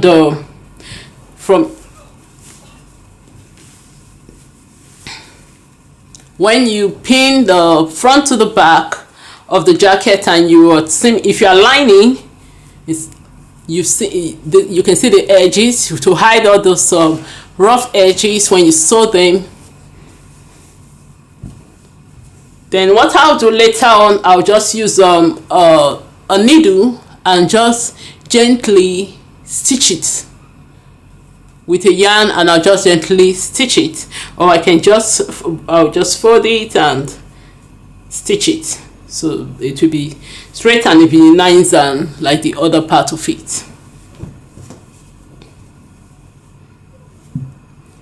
I didn't do that underneath as I proposed doing, because it's it will make it will not be really nice underneath than the side of the jacket, because this is the lining. And if I had done it underneath where I wanted to do it over here, the edge of the hem of the jacket, it would, to make sure everything lines properly, I don't know if I would have been able to do it right. So this is also the best part to do it. And you can see this on the other side of the, you can see how neat it is, how it's properly lined. Even though it's stretched, I was able to line it properly too, without any. So I'll make sure I line this one properly before I'll reloose this part and line it, since I've done the bottom part. So I'm just going to close the jacket. We've done the buttons. I've not done the remaining part of the button. I'm going to complete the buttons. And then the next time you see me, I just want to show you that part that I've decided to move it from the hem here to the turning, the opening, to turn the jacket in and inside out. Let me just turn it so that you see it, for those that so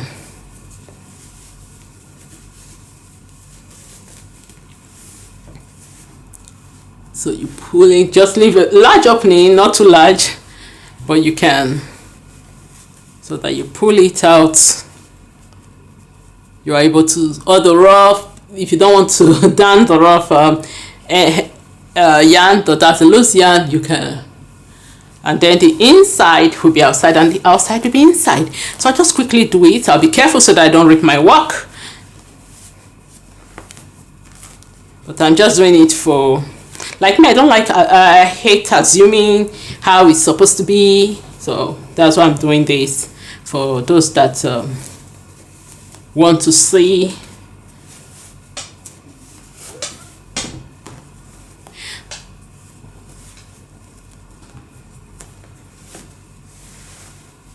Okay, so I've now it's gonna be looking like a mess a bit. Okay. So you see the sleeve, we have joined them together, the front and the, I've pinned the sleeve, the hem of join the sleeves together. I've pinned them and I stitched them. What's this? Okay, this one's gonna come out here. So we started from the sleeve here, we joined them together in a circular fashion to the hem, and where we joined the neck of the garment together. Here we joined the neck down to the hem and down to the other side, and we left just some large opening on the side of the garment. This is the front, this is the front of the garment, and this is the inner part of the front, and we left this opening. So you can see where the hem is, where I started sewing from, and I left the opening, and this is the other seam edge. This for the front side of the garment, where we have the stripes. Okay, so with that I'm going to turn it back inside out. Lining the sleeve is a tricky, I think as I stated it, hope I stated it in the earlier part of the video, of how to pin the sleeves to make sure you line it properly so that the hands can fit. This is the sleeve. You can see that it's in a circular format. I know I think I said it earlier in the video. I did the demonstration, and you can see that my hands can see my hands coming in, and this is part of the sleeve for the lining, and there's the one for the so you see my hand can go like a tube. Okay, I demonstrated it. Hope I did. It's been longer. You know, I had to pause it. I had to pause this demonstration of the video. That's why it took too long. And it's good to be able to complete the video.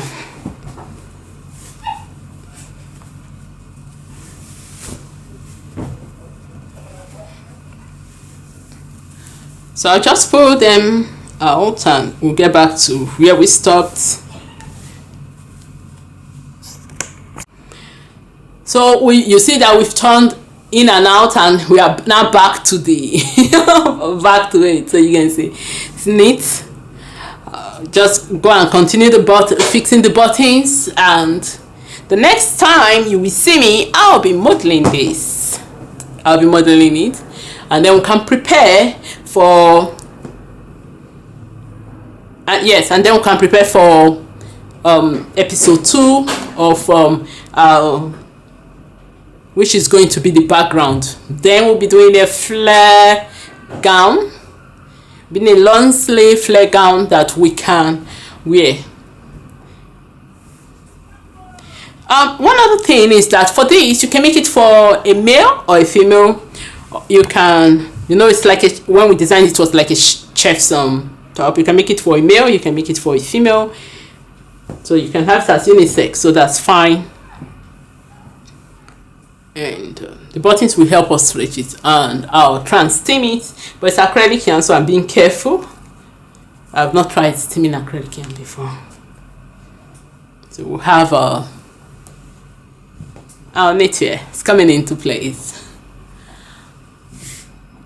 So until next time, thank you for joining me for this video of 12 crafts of mesh knitting, Stockinet, using the technique of Stockinet to knit a border design. Until next time, happy designing, happy mesh knitting, and bye for now. Thank you.